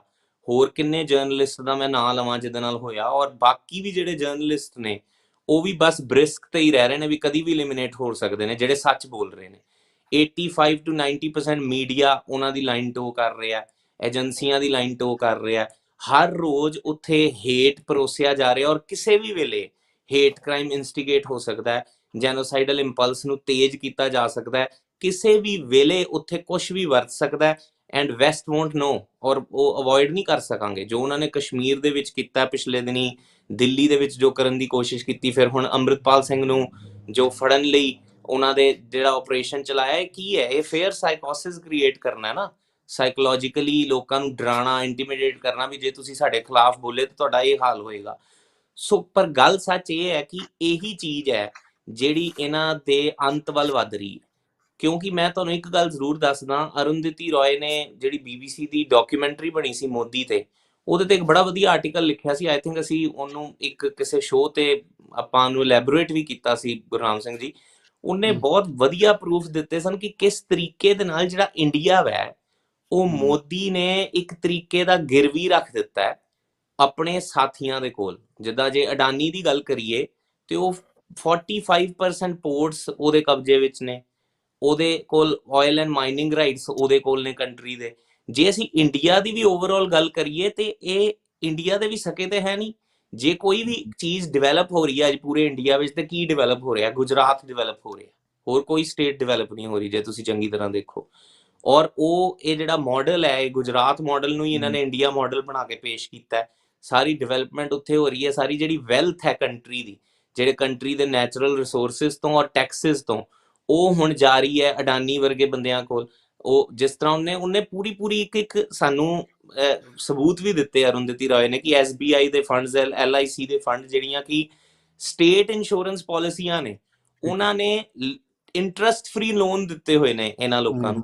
ਸੋ ਟੈਕਨੀਕਲੀ ਜੇ ਅਸੀਂ ਗੱਲ ਦੇਖੀਏ ਕਿ ਜਿਸ ਤਰ੍ਹਾਂ ਉਹਨੇ ਆਪਣੇ ਆਰਟੀਕਲ ਦਾ ਹੈਡਿੰਗ ਬਣਾਈ ਸੀ, ਉਹ ਇਹੀ ਬਣਾਈ ਸੀ ਕਿ a fascist Hindutva regime sponsored by Modi's friends ਜਿਹੜੇ ਨੇ, ਠੀਕ ਹੈ ਜੀ, ਕਿ ਇੱਕ ਸਪਾਂਸਰ ਕੀਤਾ ਜਾ ਰਿਹਾ ਇੰਡਸਟਰੀਅਲਿਸਟ ਦਾ, ਔਰ ਜਿਹੜੇ ਫੇਕ ਇੰਡਸਟਰੀਅਲਿਸਟ ਦਾ, ਔਰ ਇੱਕ ਨੈਸ਼ਨਲਿਜ਼ਮ ਦਾ ਜਾਮਾ ਪਹਿਨਾ ਕੇ ਹਿੰਦੂਤਵ ਨੂੰ ਇੱਕ ਟੌਕਸਿਕ ਮਿਕਸ ਦੀ ਜਿਹੜਾ ਬਣਾਇਆ ਜਾ ਰਿਹਾ, ਉਹਦੇ ਨਾਲ ਐਕਚੁਅਲੀ ਜੇ ਹਾਂਜੀ ਮੈਂ ਵਿੱਚ ਸਵਾਲ ਪਾਉਣਾ ਪਲੀਜ਼। ਜੇ ਇਹ ਕਾਫੀ ਤੁਸੀਂ ਸਪਸ਼ਟ ਕਹਿੰਦੇ ਵੀ ਕਲੀਅਰ ਆ, you giving me lots of evidence, ਯਾ। ਸੋ ਜਿਹੜੀ ਵੈਸਟਰਨ ਗਵਰਨਮੈਂਟਸ ਹੈਗੀਆਂ ਜਿਹੜੀਆਂ ਦੇ ਪ੍ਰਾਈਡ ਦੈਮਸੈਲਵਸ ਔਨ ਡੈਮੋਕ੍ਰੈਟਿਕ, ਟਰੂਡੋ ਨੇ ਤਾਂ ਆਪਣੀ ਸਪੀਚ ਦੇ ਵਿੱਚ ਕਿਹਾ, ਕਹਿੰਦਾ ਸਾਨੂੰ ਡੈਮੋਕ੍ਰੇਸੀ ਸਭ ਤੋਂ ਪਿਆਰੀ ਆ। ਸੋ surely they are seeing this as well. So shouldn't they be actually even more stern with the Indian government rather than waiting for a Sikh to be assassinated? Because this doesn't just affect the Sikhs, it affects, the majority of Indians. Surely if fascism takes hold in that state, should the West be more proactive on this? I mean they should be ideally, ਪਰ problem ਇਹੀ ਹੈ ਨਾ ਕਿ ਹਰ ਚੀਜ਼ ਟ੍ਰਾਂਜੈਕਸ਼ਨਲ ਹੈ। ਜਦ ਤੱਕ ਉਹਨਾਂ ਨੂੰ ਆਪਣਾ ਫਾਇਦਾ ਦਿਸ ਰਿਹਾ ਤਦ ਤੱਕ ਦੇ ਵਿਲ ਕੈਰੀ ਔਨ। ਜਦੋਂ ਕਿਤੇ ਇੰਡੀਆ ਉਹਨਾਂ ਨੂੰ ਅਪਸੈਟ ਕਰੇਗਾ ਤੇ ਫਿਰ ਫੁੱਲ ਫੋਰਸ ਤੇ ਉਹ ਆ ਜਾਣਗੇ। ਹੁਣ ਟੈਕਨੀਕਲੀ ਵੇਖਿਆ ਜਾਵੇ ਤਾਂ ਅਸੀਂ ਸਿਰਫ ਇੱਕ ਕਾਰਡ ਆ ਗੇਮ ਦੇ ਵਿੱਚ ਇਸ ਵੇਲੇ, ਜਿਹਨੂੰ ਕਿ ਇੰਡੀਆ ਦੇ ਖਿਲਾਫ ਵਰਤਿਆ ਜਾ ਰਿਹਾ, ਠੀਕ ਹੈ। ਇਹੋ ਜਿਹੇ ਬਹੁਤ ਸਾਰੇ ਕਾਰਡਸ ਤੇ ਸਾਡਾ ਨਾਂ ਹੈ। ਦੇਖਣਾ ਇਹ ਹੈ ਕਿਹੜੀ ਕੰਟਰੀ ਕਦੋਂ ਵਰਤੇਗੀ। ਮੈਂ ਸਿਰਫ ਆਪਣੀ ਲਾਸਟ ਜਿਹੜੀ ਗੱਲ ਕਰ ਰਿਹਾ ਸੀ ਕੰਪਲੀਟ ਕਰਾਂਗਾ ਕਿ ਜਿਹੜਾ ਇੰਡੀਆ ਹੈ ਟੈਕਨੀਕਲੀ, ਉਹ ਬੇਸਿਕਲੀ ਆਉਣ ਵਾਲੇ ਸਮੇਂ 'ਚ ਇਹਦਾ ਭਿਆਨਕ ਰੂਪ ਹੋਰ ਵੀ ਦੇਖਣ ਨੂੰ ਮਿਲਣਾ ਹੈ। ਜੇ ਹਿੰਦੁਸਤਾਨ ਦੀ ਇੰਟੈਗ੍ਰਿਟੀ ਨੂੰ ਕਿਸੇ ਤੋਂ ਖਤਰਾ ਹੈ ਤੇ ਮੈਂ ਜ਼ਰੂਰ ਇਹ ਗੱਲ ਦੱਸਦਾ ਡਾਕਟਰ ਸਾਹਿਬ, ਉਹ ਇਹਨਾਂ ਤੋਂ ਹੀ ਹੈ। ਲਓ ਜੀ, ਇਹਨਾਂ ਨੇ ਖੁਦ ਹਾਂਜੀ ਠੀਕ ਹੈ ਇਹਨਾਂ ਇਹ ਮੈਂ ਨੇ ਖੁਦ ਹੀ ਆਪਣਾ ਖੇਲ ਖਤਮ ਕਰ ਦੇਣਾ ਮੈਂ ਇਹ ਐਂਡ ਦੈਨ ਸਵਾਲ ਆਬਵੀਅਸਲੀ ਹਾਂਜੀ yeah ਜੀ I'm going to put that point to some shit but just before that ਮੈਂ ਦੱਸਵਾਂ ਅਸੀਂ ਟੈਲੀਫੋਨ ਲਾਈਨਸ ਵੀ ਖੋਲਦੇ ਹਾਂ if anybody wants to call in make a sensible contribution ਆਪਾਂ ਇੱਥੇ ਕਿਉਂਕਿ this is a think tank ਅਸੀਂ ਇੱਥੇ ਖੋਜ ਦੇ ਨਾਲ ਦਿਮਾਗ ਦੇ ਨਾਲ ਗੱਲ ਕਰਨੀ ਆ ਜਜ਼ਬਾਤ ਦੇ ਨਾਲ ਨਹੀਂ ਕਰਨੀ ਤਾਂ ਤੁਸੀਂ ਜ਼ਰੂਰ ਕਾਲ ਕਰ ਸਕਦੇ ਆ ਸ਼ਮਸ਼ੇਰ ਸਿੰਘ ਜੀ ਇੱਥੇ ਦੋ ਸਵਾਲ ਉੱਠਦੇ ਆ ਕਿਉਂਕਿ ਹੁਣ ਅਸੀਂ ਆਉਣਾ ਵੀ ਸਿੱਖਾਂ ਨੂੰ ਕੀ ਕਰਨਾ ਚਾਹੀਦਾ ਅਸੀਂ ਜੋ ਸੰਘਰਸ਼ ਸਿੱਖ ਕਰਦੇ ਖਾਸ ਕਰ ਜਿਹੜੇ ਸਿੱਖ ਭਾਰਤ ਦੇ ਵਿੱਚ ਆਜ਼ਾਦੀ ਮੰਗਦੇ ਆ ਠੀਕ ਆ ਖਾਲਿਸਤਾਨ ਜਾਂ ਹੋਰ ਆਜ਼ਾਦ ਪੰਜਾਬ ਦੋ ਇੱਥੇ ਨੈਰੇਟਿਵ ਹੁਣ ਪੇਸ਼ ਹੋ ਰਿਹਾ ਇੱਕ ਜਿਹੜਾ ਮੈਂ ਸਿੱਖ ਐਕਟਿਵਿਸਟ ਦੇ ਵਿੱਚ ਵੀ ਸੁਣ ਰਿਹਾ ਇੱਕ ਤਾਂ ਹੈ ਉਹ ਹੁਣ ਖੁਸ਼ ਹੋ ਗਏ ਆ ਵੀ ਟਰੂਡੋ ਹੁਣ ਸਾਡੇ ਨਾਲ ਖੜਾ ਹੋ ਗਿਆ ਵੀ ਇੱਕ ਵੈਸਟਰਨ ਸਰਕਾਰ ਨੇ ਸਾਡੀ ਸਟਰਗਲ ਨੂੰ ਰੈਕਗਨਾਈਜ਼ ਕੀਤਾ ਸਾਡੇ ਲਈ ਇੱਕ ਕਿਸੇ ਦੇ ਪ੍ਰੋਟੈਕਸ਼ਨ ਵਾਸਤੇ ਵੀ ਦਾਵਾ ਕੀਤਾ ਤੇ ਇੱਕ ਹੋਰ ਨੈਰੇਟਿਵ ਇਹ ਆ ਜੋ ਮਨਪ੍ਰੀਤ ਨੇ ਵੀ ਦੱਸਿਆ ਵੀ Bharat could implode because of the history of fascist states. We know the history of dictatorships, that they might, glow brightly, but they will quickly collapse. And you can maybe take the example of the Soviet Union and others as well. Even maybe Russia at the moment, people are suggesting that Putin's war is really a war of survival for himself. So what's the scenario now, and where do Sikh activists position themselves? I think one of the most important things is to understand the role of India's allies. The ground hasn't actually radically changed that much because Canada, like the UK, like America, still classifies Sikhs that support struggle for Khalistan as extremists, as terrorists, right? The UK tried to extradite 3 citizens that it claims as citizens to India based on, completely fabricated evidence that was provided to the point where the case against the 3 Singhs was withdrawn by the prosecution. So I think it's long time that Sikhs that are living in the diaspora recognize what these conditions are and what it is that we're facing. Because for me, a lot of the conversation that we've seen actually ਸਿੱਖਾਂ ਦੀ ਗੱਲ ਤਾਂ ਹੋ ਨਹੀਂ ਰਹੀ ਇੱਥੇ ਨਾਗਰਿਕਾਂ ਦੀ ਗੱਲ ਹੋ ਰਹੀ ਆ ਤਾਂ Sikh as a Nagrik, Sikh as a citizen versus Sikh existing in the form of the Khalsa are 2 different things. I don't think they're interchangeable either, but most of the conversation is confined to the discourse of the Sikh as a citizen that is expecting justice from an entity such as a state. And I think this is what Sant Janel Singh Ji makes such a radical and critical inquiry into, that what is the relationship between the Sikh and the state and the Sikh and their Badshahi. And that is still a question that's at the core of everything that we're seeing. Like this, masla ਭਾਈ ਹਰਦੀਪ ਸਿੰਘ ਦੀ ਸ਼ਹਾਦਤ ਦੇ ਨਾਲ ਸ਼ੁਰੂ ਨਹੀਂ ਹੋਇਆ ਨਾ ਭਾਈ ਸਾਹਿਬ ਦੀ ਸ਼ਹਾਦਤ ਦੇ ਨਾਲ ਇਹ ਮਸਲਾ ਖਤਮ ਹੋਣਾ ਜਿਹੜਾ ਅਸਲੀ ਇਨਸਾਫ ਆ ਸਾਡੇ ਲਈ ਉਹ ਤਾਂ ਖਾਲਿਸਤਾਨ ਦੀ ਗੱਲ ਆ ਕਿ ਉਹ ਹੋਵੇ ਵਧੀਆ ਤਰੀਕੇ ਦੇ ਨਾਲ ਹੋਣ ਨੌਜਵਾਨ ਸੰਘਰਸ਼ ਦੇ ਨਾਲ ਜੁੜਨ ਸਮਝਣ ਕਿ ਕੀ ਹਾਲਾਤਾਂ ਕੀ ਆ ਤਾਂ ਆਪਣੀ ਤਿਆਰੀ ਕਰਨ ਕਿ ਜਿਹੜਾ ਆਉਣ ਵਾਲੇ ਸਮੇਂ ਦੇ ਵਿੱਚ ਉੱਥੇ ਉਸ ਖੇਤੇ ਦੇ ਵਿੱਚ ਵੰਡੀਆਂ ਪੈਣੀਆਂ ਅਸੀਂ ਉਹਨੂੰ ਕਿੱਦਾਂ ਸਾਂਭਣਾ ਆ So I think we need to develop more radical analysis, I think, as a starting point on a lot of these questions, because a lot of it is still confined to a domesticated discourse of the relationship of the Sikh citizen to the state. But I mean, certainly we're going to be analysing all along, but there's a kind of situation on the ground now, isn't there? So, for example, we know that in Canada, the Canadian Sikhs are organising protests outside of Indian embassies across the country. Is it now a time to go onto the streets now that we've got the gaze of the world media, maybe some sympathy from the world media, and the Indian government now to some extent is in the dock? Isn't it now the time to go onto the streets and make our voices heard? I definitely think right now there is sympathy for Sikhs that advocate for Khalistan, and that's something that we haven't seen for a very long time, if ever. I don't recall seeing that. Khalistan is always being downplayed. Sikhs themselves, especially those that engage in the arena of representation, have actively tried to silence and marginalize Khalistan. And now we're seeing by Hardeep Singh being acknowledged as a dissident Sikh, as someone who supported Khalistan, being assassinated by the Indian government. And now everyone wants to talk about Khalistan. So I think this is it's a good moment in terms of bringing Khalistan to the center of the conversation.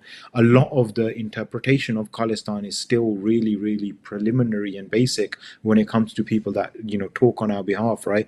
They talk about Khalistan as an ethno-nationalist state or something that's born from a demand of Muslims got Pakistan and Hindus got India, so Sikhs wanted Khalistan. It's really, really like GCSE level stuff, but this is what passes as serious analysis. There's no reckoning with our Badshahi, which is at the root of this, right? Like even in Canada, when they're talking about Bhai Hardeep Singh, they're not saying that he shouldn't have been killed.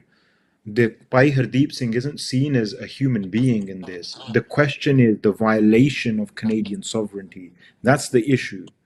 So ਸਾਡੀ sovereignty ਦੀ ਗੱਲ ਕਿੱਥੇ ਹੋ ਰਹੀ ਆ ਇਹਨਾਂ ਮਸਲਿਆਂ ਦੇ ਵਿੱਚ? And when we saw, Pais have talked about the German cases, those 4 individuals, 4 of them were Sikh, 2 were a couple, that worked for a TV station. And 1 was a Tamil individual. So for those 4 convictions, the main question for Germany was the violation of its sovereignty, not the fact that India was engaging in clandestine, covert intelligence gathering. That wasn't the problem. They say that ਤੁਸੀਂ ਉਹਨਾਂ ਤੇ ਜਸੂਸੀ ਕਰਨੀ ਸਾਨੂੰ ਪੁੱਛ ਕੇ ਕਰਿਓ. Like, respect our laws, respect our sovereignty. So the question is about Sikh sovereignty and our relationship with the state, and that needs to be at the center of the discourse. And this is something that we've been advocating for, ਜਦੋਂ ਦੀ ਸਾਨੂੰ ਸੁਰਤ ਆਈ ਆ, the whole thing's been about Khalistan, ਸਾਡੇ ਸ਼ਹੀਦਾਂ ਦੀ ਗੱਲ ਕਰੋ, ਸੰਘਰਸ਼ ਦੀ ਗੱਲ ਕਰੋ, ਸੰਘਰਸ਼ ਦੇ terms ਦੇ ਉੱਤੇ ਗੱਲ ਕਰੋ, ਸੰਘਰਸ਼ ਦੀ. We shouldn't be she shouldn't be turning Khalistan into a democratic, reactionary human rights movement. It's a struggle for liberation. Okay, let me take that point. Manpreet Singh, I think there's a Shamsher Singh ne bahut important ਗੱਲ ਕੀਤੀ ਆ. For a long time, the international media, ਉਹ ਤਾਂ ਸਾਡੇ ਸੁਣਦੇ ਨਹੀਂ, ਸਾਡੇ ਨਾਲ ਜੋ ਜ਼ੁਲਮ ਵੀ ਹੁੰਦਾ ਸੀ ਉਹਦੇ ਵੱਲ ਵੀ ਕੋਈ ਧਿਆਨ ਸੀ, let alone our demands for sovereignty. But I think ਜਦੋਂ ਦਾ ਹੁਣ referendum campaign ਵੀ ਹੋਈ ਆ, ਉਹਦੇ ਨਾਲ ਵੀ ਕਾਫੀ narrative shift ਹੋ ਗਿਆ, ਕਰਕੇ ਇਹ ਕਿਹਾ ਜਾਂਦਾ ਸੀ ਵੀ ਇਹ ਮੁੱਠੀ ਭਰ ਹੈਗੇ ਆ, ਇਹ ਬਸ extremist ਹੈਗੇ ਆ, ਇਹ ਬਾਹਰਲੇ ਦੇਸ਼ਾਂ 'ਚ ਰਹਿੰਦੇ ਆ, ਤਾਂ ਭਾਰਤ ਦੇ ਵਿੱਚ ਪੰਜਾਬ 'ਚ ਕੋਈ ਖਾਲਿਸਤਾਨ ਦੀ ਮੰਗ ਹੈ ਨਹੀਂ. ਪਰ ਪਿੱਛੇ ਸਿਮਰਜੀਤ ਸਿੰਘ ਮਾਨ ਨੇ ਵੀ MP ਬਣ ਗਏ ਸੀਗੇ, ਤੇ ਹੁਣ ਗਲੋਬਲ ਮੀਡੀਆ ਉਹ ਪੁੱਛਦਾ ਸਾਨੂੰ ਵੀ ਤੁਸੀਂ ਆ ਝੰਡੇ ਤਾਂ ਚੱਕੇ ਆ ਖਾਲਿਸਤਾਨ ਦੇ, ਹੈ ਕੀ ਖਾਲਿਸਤਾਨ? ਤੇ ਸ਼ਮਸ਼ੇਰ ਸਿੰਘ ਨੇ ਇੰਪਲਾਈ ਕੀਤਾ ਵੀ ਸ਼ਾਇਦ ਅਸੀਂ ਵੀ ਸਮਝਦੇ ਨਹੀਂ ਵੀ ਇਹ ਜੋ ਪਾਤਸ਼ਾਹੀ ਜਿਹੜੀ ਕਨਸੈਪਟ ਆ ਵੀ ਇਹ ਅਸਲੀਅਤ ਕੀ ਹੈਗੀ. ਤਾਂ ਕੋਈ ਕਹਿੰਦਾ ਜੀ ਅਸੀਂ ਤੀਜਾ ਦੇਸ਼ ਬਣਾਉਣਾ, ਹਿੰਦੂਤਵਾ ਬਣਾ ਲੈਣ, ਅਸੀਂ ਕੋਈ ਹੋਰ ਕੁਝ ਕਹਿੰਦਾ. Is it now time for us to really develop clarity about what it is that our struggle is about in terms of establishing this sovereign state? I think ਜਿਹੜੀ ਗੱਲ ਜੜ੍ਹਾਂ ਦੇ ਵਿੱਚ ਹੈ ਉਹ ਤਾਂ ਪਾਤਸ਼ਾਹੀ ਦਾਅਵੇ ਦੀ ਗੱਲ ਹੈ, ਜਿਹੜੀ ਭਾਈ ਸ਼ਮਸ਼ੇਰ ਸਿੰਘ ਜੀ ਨੇ ਬੜੀ ਵਧੀਆ ਤਰੀਕੇ ਨਾਲ ਸਮਝਾਈ ਹੈ. ਪਰ ਜੇ ਮੈਂ ਮਾਡਰਨ ਕੰਟੈਕਸਟ 'ਚ ਗੱਲ ਕਰਾਂ ਤੇ ਜਿਹੜੀ ਸਿੰਪਲ ਜਿਹੜੀ ਗੱਲ ਹੈ ਉਹ ਇਹ ਹੈ ਕਿ this is a war between ਸਿਵਲਾਈਜੇਸ਼ਨਸ. ਅਸੀਂ ਇੱਕ ਇਹੋ ਜਿਹੀ ਸਿਵਲਾਈਜੇਸ਼ਨ ਆ ਜਿਹੜੀ ਸਾਰਿਆਂ ਨੂੰ ਇਕੁਅਲ ਦੇਖਦੀ ਹੈ, ਜਿਹੜੀ ਸਾਰਿਆਂ ਨੂੰ ਪਿਆਰ ਮੁਹੱਬਤ ਕਰਦੀ ਹੈ, ਜਿਹੜੀ ਸਾਰਿਆਂ ਦੇ ਮਾਨ ਸਨਮਾਨ ਦੀ ਰੱਖਿਆ ਕਰਨਾ ਚਾਹੁੰਦੀ ਹੈ ਔਰ ਜਾਣਦੀ ਹੈ ਔਰ ਆਪਣਾ ਫਰਜ਼ ਸਮਝਦੀ ਹੈ ਅਖਲਾਕੀ ਕਿ ਅਸੀਂ ਇਹ ਕਰਨਾ ਹੈ. ਤੇ ਅਸੀਂ ਰਾਜ ਕਰਕੇ ਆਲਰੇਡੀ ਦਿਖਾਇਆ, ਸਾਡਾ ਮਾਡਲ ਆਲਰੇਡੀ ਟੇਬਲ ਤੇ ਪਿਆ ਹੈ. ਇਟਸ ਨਾਟ ਸਮਥਿੰਗ, ਇਹ ਵਿਸ਼ਫੁਲ ਥਿੰਕਿੰਗ ਨਹੀਂ ਹੈ ਕਿ ਅਸੀਂ ਕਹਿ ਰਹੇ ਹਾਂ ਕਿ ਜਦੋਂ ਅਸੀਂ ਰਾਜ ਕਰਾਂਗੇ ਤੇ ਅਸੀਂ ਇੱਦਾਂ ਕਰਾਂਗੇ. ਅਸੀਂ ਰਾਜ ਕਰਕੇ ਦਿਖਾਇਆ ਹੈ, 10% ਸਿੱਖ ਪਾਪੂਲੇਸ਼ਨ ਦੇ ਨਾਲ ਰਾਜ ਕਰਕੇ ਦਿਖਾਇਆ, ਜਿੱਥੇ ਮੰਦਰਾਂ ਨੂੰ ਵੀ ਸੋਨਾ ਦਿੱਤਾ, ਗੁਰਦੁਆਰਿਆਂ ਨੂੰ ਵੀ ਸੋਨਾ ਦਿੱਤਾ, ਜਿੱਥੇ ਕਦੀ ਕਿਸੇ ਦੀ ਕੈਪੀਟਲ ਪਨਿਸ਼ਮੈਂਟ ਨਹੀਂ ਹੋਈ, ਜਿੱਥੇ ਤੁਹਾਡਾ ਰੁਪਇਆ ਤੇ ਇੰਡੀਆ ਦਾ ਰੁਪਇਆ ₹1.25 ਮਹਿੰਗਾ ਸੀ ਤੁਹਾਡਾ ਰੁਪਇਆ, ਜਿੱਥੇ ਤੁਹਾਡੀ ਵੈਲਥ ਲਾਈਕ ਨੋ ਅਦਰ ਸੀ, ਜਿੱਥੇ ਤੁਹਾਡਾ ਲਿਟਰੇਸੀ ਰੇਟ ਬਹੁਤ ਹਾਈ ਸੀ। ਸੋ ਗੱਲ ਤਾਂ ਸਿਰਫ ਇੰਨੀ ਹੈ ਕਿ ਜਿਹੜੀ ਸਾਡੀ ਸਿਵਲਾਈਜੇਸ਼ਨ ਹੈ ਉਹਦਾ ਨਿਆਰਾਪਨ ਜਿਹੜਾ ਹੈ ਉਹ ਕਦੀ ਵੀ ਅਸੀਂ ਇਹਦੇ ਵਿੱਚ ਐਸੀਮੂਲੇਟ ਹੋ ਹੀ ਨਹੀਂ ਸਕਦੇ ਡਾਕਟਰ ਸਾਹਿਬ। ਜਿਹੜੀ ਇਹਨਾਂ ਦੀ ਸਿਵਲਾਈਜੇਸ਼ਨ ਹੈ, ਗੱਲ ਐਸੀਮੂਲੇਸ਼ਨ ਦੀ ਕੀਤੀ ਗਈ ਹੈ, ਐਲੀਨੇਸ਼ਨ ਦੀ ਕੀਤੀ ਗਈ ਹੈ, ਨਾ ਤਾਂ ਅਸੀਂ ਮੁੱਕਣਾ ਹੈ, ਨਾ ਅਸੀਂ ਇਹਨਾਂ ਦੇ ਵਰਗੇ ਬਣਨਾ ਹੈ। ਦੂਸਰੀ ਗੱਲ, ਮਨਪ੍ਰੀਤ ਤੁਸੀਂ ਆਪ ਕਿਹਾ ਸੀ ਵੀ ਇੰਡੀਆ ਇੱਕ ਆਰਟੀਫੀਸ਼ੀਅਲ ਸਟੇਟ ਆ। ਜੇ ਤੁਸੀਂ ਇਹਨਾਂ ਦੇ ਬਾਰੇ, ਇਹ ਕੌਣ ਆ? Who are those that you want to be different to? ਬਿਲਕੁਲ, ਮੈਂ ਨੈਕਸਟ ਜਿਹੜੀ ਗੱਲ ਤੇ ਆ ਰਿਹਾ, ਜੇ ਫਿਰ ਅੱਗੇ ਚਲੀਏ ਤੇ ਜਦੋਂ ਕੋਈ ਕੰਟਰੀ ਜਿਹਦੇ ਵਿੱਚ ਤੁਸੀਂ ਰਹਿੰਦੇ ਹੁੰਦੇ ਹੋ ਤੁਹਾਡਾ ਜੈਨੋਸਾਈਡ ਕਰ ਦਿੰਦੀ ਹੈ ਤੇ ਤੁਸੀਂ there is on no terms ਕਿ ਤੁਸੀਂ ਆਪਣੀ ਖੁਦ ਮੁਖਤਿਆਰੀ ਤੋਂ ਘੱਟ ਕੋਈ ਗੱਲ ਤੇ ਅਗਰੀ ਕਰੋਗੇ, ਕਿਉਂਕਿ ਕੀ ਗਾਰੰਟੀ ਹੈ ਵੀ ਉਹ ਤੁਹਾਡਾ ਜੈਨੋਸਾਈਡ ਦੁਬਾਰਾ ਨਹੀਂ ਕਰਨਗੇ। ਜੇ ਇੰਡੀਆ ਦੇ ਵੱਲ ਝਾਤੀ ਮਾਰੀਏ, ਇੰਡੀਆ ਨੇ ਜਦੋਂ 363 ਪ੍ਰਿੰਸਲੀ ਸਟੇਟਸ ਨੂੰ ਕਿਹਾ ਸੀ ਵੀ ਅਸੀਂ ਇਹ ਯੂਨੀਅਨ ਬਣਾਵਾਂਗੇ, ਜਦੋਂ 34 ਚ ਮਹਾਤਮਾ ਗਾਂਧੀ ਆ ਕੇ ਸੀਸਗੰਜ ਗੁਰਦੁਆਰਾ ਸਾਹਿਬ ਕਹਿੰਦਾ ਵੀ ਤੁਸੀਂ ਜੇ ਤੁਹਾਨੂੰ ਹੱਕ ਨਾ ਮਿਲੇ ਤੇ ਆਪਣੀਆਂ ਕਿਰਪਾਨਾਂ ਮੁੜ ਕੇ ਕੱਢ ਲਿਓ, ਕਹਿਣ ਤੋਂ ਭਾਵ ਜੋ ਇਹਨਾਂ ਨੇ ਪ੍ਰੋਮਿਸ ਕੀਤਾ ਸੀ ਤੇ ਜੋ ਇਹਨਾਂ ਨੇ ਡਿਲੀਵਰ ਕੀਤਾ ਉਹ ਅਸੀਂ ਸਾਰੇ ਵੇਖ ਚੁੱਕੇ ਹਾਂ। ਦੈਟ ਸੇਮ ਓਲਡ ਸਟੋਰੀ, ਮੈਂ ਉਹ ਰਿਪੀਟ ਨਹੀਂ ਕਰਨੀ। ਪਰ ਗੱਲ ਸੱਚ ਇਹ ਹੈ ਕਿ ਇਹਨਾਂ ਦੀ ਸਟੇਟ ਜਿਹੜੀ ਹੈ, ਜਿਸ ਤਰ੍ਹਾਂ ਕਿ ਇਹਨਾਂ ਨੇ ਦਹਿਸ਼ਤਗਰਦ ਤਰੀਕੇ ਨਾਲ ਘੱਟ ਗਿਣਤੀਆਂ ਨੂੰ ਸਪਰੈਸ ਵੀ ਕਰੀ ਜਾਣਾ ਤੇ ਰਿਜ਼ਰਵੇਸ਼ਨ ਵੀ ਦੇ ਦੇਣੀ ਹੈ, ਠੀਕ ਹੈ, ਲਾਲਚ ਵਿੱਚ ਆਪਣੇ ਨਾਲ ਵੀ ਰੱਖ ਲੈਣਾ, ਸਪਰੈਸ ਵੀ ਕਰ ਦੇਣਾ। ਜਦੋਂ ਚਾਹੇ ਉਹਨਾਂ ਦਾ ਆਨਰ ਰਿਪ ਪਾਟ ਕਰ ਦਿਓ, ਕੋਈ ਚੱਕਰ ਨਹੀਂ। ਜਦੋਂ ਚਾਹੇ ਕਿਸੇ ਦਾ ਵੀ ਜੈਨੋਸਾਈਡ ਕਰ ਦਿਓ, ਥੋੜਾ ਜਿਹਾ ਕੋਈ ਕੁਸ ਕੇ ਉਹਨੂੰ ਦਬਾ ਦਿਓ, ਉਹਨੂੰ ਮਾਰ ਦਿਓ, ਉਹਨਾਂ ਦੀਆਂ ਔਰਤਾਂ ਬੱਚਿਆਂ ਨੂੰ ਰੇਪ ਕਰ ਦਿਓ, ਉਹਨਾਂ ਨੂੰ ਗਲਿਆਂ 'ਚ ਟਾਇਰ ਪਾ ਕੇ ਸਾੜ ਦਿਓ ਤਾਂ ਕਿ ਉਹ ਸ਼ਾਂਤ ਹੋ ਜਾਣ। ਇਹ ਕਦੋਂ ਤੱਕ ਚੱਲੇਗਾ ਡਾਕਟਰ ਸਾਹਿਬ? ਇੱਕ ਸਟੇਟ ਇਸ ਤਰੀਕੇ ਨਾਲ ਕਦੋਂ ਤੱਕ ਆਪਰੇਟ ਕਰੇਗੀ? ਕਦੀ ਨਾ ਕਦੀ ਤੇ ਟੁੱਟੇਗੀ ਨਾ, ਕਦੀ ਤੇ ਉਹ ਦਿਨ ਆਣਾ। ਸੋ ਹਾਂਜੀ, ਮੈਂ ਉੱਥੇ ਆਇਆ, ਮੈਂ ਸ਼ਮਸ਼ੇਰ ਨੂੰ ਵੀ ਇਹ ਸਵਾਲ ਪੁੱਛੂੰਗਾ। Who is this opposition, this enemy of the Sikhs? Is it 1.3 billion Indians? Is it a small elite middle class? Is it the oligarchs? Is it a political elite? Who are these people who are the enemies? And you talk about sovereignty, or you talk about liberation. Is that the same as nationalism? Are we just a carbon copy of Indian nationalism or Pakistani nationalism or any other form of nationalism? Or is our project greater than nationalism? ਦੇਖੋ ਭਾਈ ਸਾਹਿਬ, ਜਦੋਂ ਨਾ ਰਾਸ਼ਟਰਵਾਦ ਦੇ ਸ਼ਬਦ ਦੀ ਘਰਤ ਤੋਂ ਪਹਿਲਾਂ ਸਿੱਖਾਂ ਨੇ ਆਪਣੀ ਪਾਤਸ਼ਾਹੀ ਦਾ ਨਿੱਘ ਮੰਨਿਆ ਆ। So Sikhs have existed as a sovereign people long before terms like nationalism were even invented. So our existence, Punjab's existence as a cohesive place, as a country where Sikhs governed, predates the creation of the modern state structure. So you know, ਸਾਡਾ ਤਾਂ ਉਹਨਾਂ ਦੇ ਵਿੱਚ ਬਹੁਤ ਜ਼ਿਆਦਾ ਫਰਕ ਹੈ। ਰਹੀ ਗੱਲ ਕਿ ਸਾਡਾ ਦੁਸ਼ਮਣ ਕੌਣ ਆ, ਸਾਡਾ ਦੁਸ਼ਮਣ ਉਹ ਆ ਜਿਹੜਾ ਦਬਲੀਆਂ ਕੁਚਲੀਆਂ ਧਿਰਾਂ ਦੇ ਨਾਲ ਬੇਇਨਸਾਫੀ ਕਰਦਾ। ਤਾਂ ਸਾਨੂੰ ਹਮੇਸ਼ਾ ਗੁਰੂ ਸਾਹਿਬ ਦੇ ਵੱਲੋਂ ਜਿਹੜਾ ਫਰਮਾਨ ਆ, ਸੰਤੋ ਬਾਰਨ ਦੁਸ਼ਟ ਸਭਨ ਕੋ ਮੂਲ ਉਪਾਰਨ, we have to be able to define our position in the world with Gurmat at the center. If we're relying on concepts and terminology that has been created, that's coming from a different knowledge system, then ਫਿਰ ਤਾਂ ਅਸੀਂ ਇਹਨਾਂ ਸਵਾਲਾਂ ਦੇ ਵਿੱਚ ਗਵਾਚੇ ਫਿਰੂੰਗੇ ਕਿ ਨਾ ਸਾਨੂੰ ਕੋਈ ਵੈਰੀ ਦਿਸਣਾ, ਨਾ ਕੋਈ ਮਿੱਤਰ ਦਿਸਣਾ ਆ। But there is some distinctions that have been made, right? Sikhs have engaged in conflict, in war from the Guru's time, and that war was because of certain reasons. So we have a very long and rich history. They talk about epistemic traditions, our knowledge system. So we have a way of understanding the world. ਫੈਸਲੇ ਕਰਨ ਦੇ ਸਾਡੀ ਆਪ ਦੀ ਪਰੰਪਰਾ ਹੈਗੀ ਆ। ਗੁਰਮਤੇ ਕਰਨੇ, ਬੈਠ ਕੇ ਪੰਥ ਨੇ ਇਹੋ ਜਿਹੇ ਫੈਸਲੇ ਕਰਨੇ ਜਿਹਦੇ ਵਿੱਚੋਂ ਲੁਕਾਈ ਦਾ ਭਲਾ ਹੋਵੇ। ਸਰਬ ਸਾਂਝੀਵਾਲਤਾ ਦਾ ਜਿਹੜਾ ਸੰਕਲਪ ਆ, it's not universalism. I think today there's language like pluralism, etc., that tries to capture this radical coexistence and co-creation that is posited by Sarbat Tapala. So Sarbat Tapala isn't just, we all get on. Sarbat Tapala isn't just some empty notion of equality. Yeah. So like I'm saying, the point I'm trying to make is we have our own knowledge system that allows us to define who we are and who it is that the Khalsa Panth is in conflict with. And put simply, we are the enemies of those that seek to dominate and oppress and exploit others. And that's not just human beings, that's But also Shamsher Singh ji, ਧਰਤੀ ਨੂੰ ਨਿਚੋੜਦੇ ਆ, मैं ना those इतने होना that seek करके to बिल्कुल मैं ना it's really important. If everything that you say it's music to my ears, personally मैं speak करदा, but ਜਿਹੜੀ ਤੁਸੀਂ argument ਦਿੰਦੇ ਆ, indigenous people throughout the world commit the argument.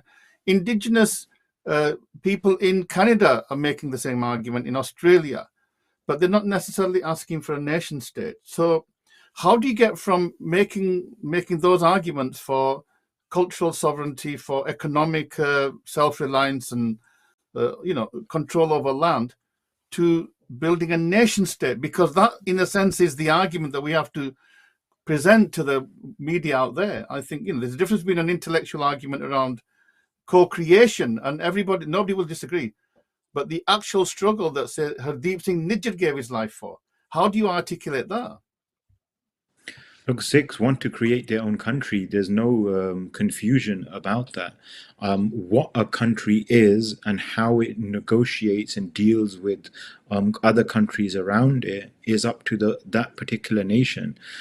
So what we're talking about when we talk about the nation state, a state that claims exclusive sovereignty over all of the bodies and the land within its borders, that isn't a Sikh tradition. Sikhs don't claim it as sovereignty over the bodies of other people. Our relationship with the land, our relationship with other human beings comes from Sikh tradition. So what is it, this lack of faith that we have within ourselves, that if we made a nation, or if we made a country, and I use the word nation just to denote geography, not to talk about the structure, ਅਸੀਂ ਇਹੋ ਜਿਹਾ ਉੱਥੇ ਢਾਂਚਾ ਬਹਾਲ ਕਰੂੰਗੇ ਜਿਹਦੇ ਵਿੱਚੋਂ ਲੋਕਾਂ ਦਾ ਫਾਇਦਾ ਆ, ਜੇ ਉਹ ਨਹੀਂ ਚੱਲਿਆ ਅਸੀਂ ਉਹਨੂੰ ਬਦਲ ਦੂੰਗੇ. So we're not tied to one particular mode of governance because our goal is ਕਿ ਲੋਕਾਂ ਦਾ ਭਲਾ ਹੋਣਾ ਚਾਹੀਦਾ ਆ, and ਇੱਦਾਂ ਦਾ ਕੋਈ ਹੰਕਾਰੀ ਰਾਜ ਨਹੀਂ ਹੋਣਾ ਚਾਹੀਦਾ. ਉੱਥੇ ਫਿਰ ਖਾਲਸੇ ਦਾ ਖੜਗ ਚੱਲਦਾ ਆ to smash the egoist power centers.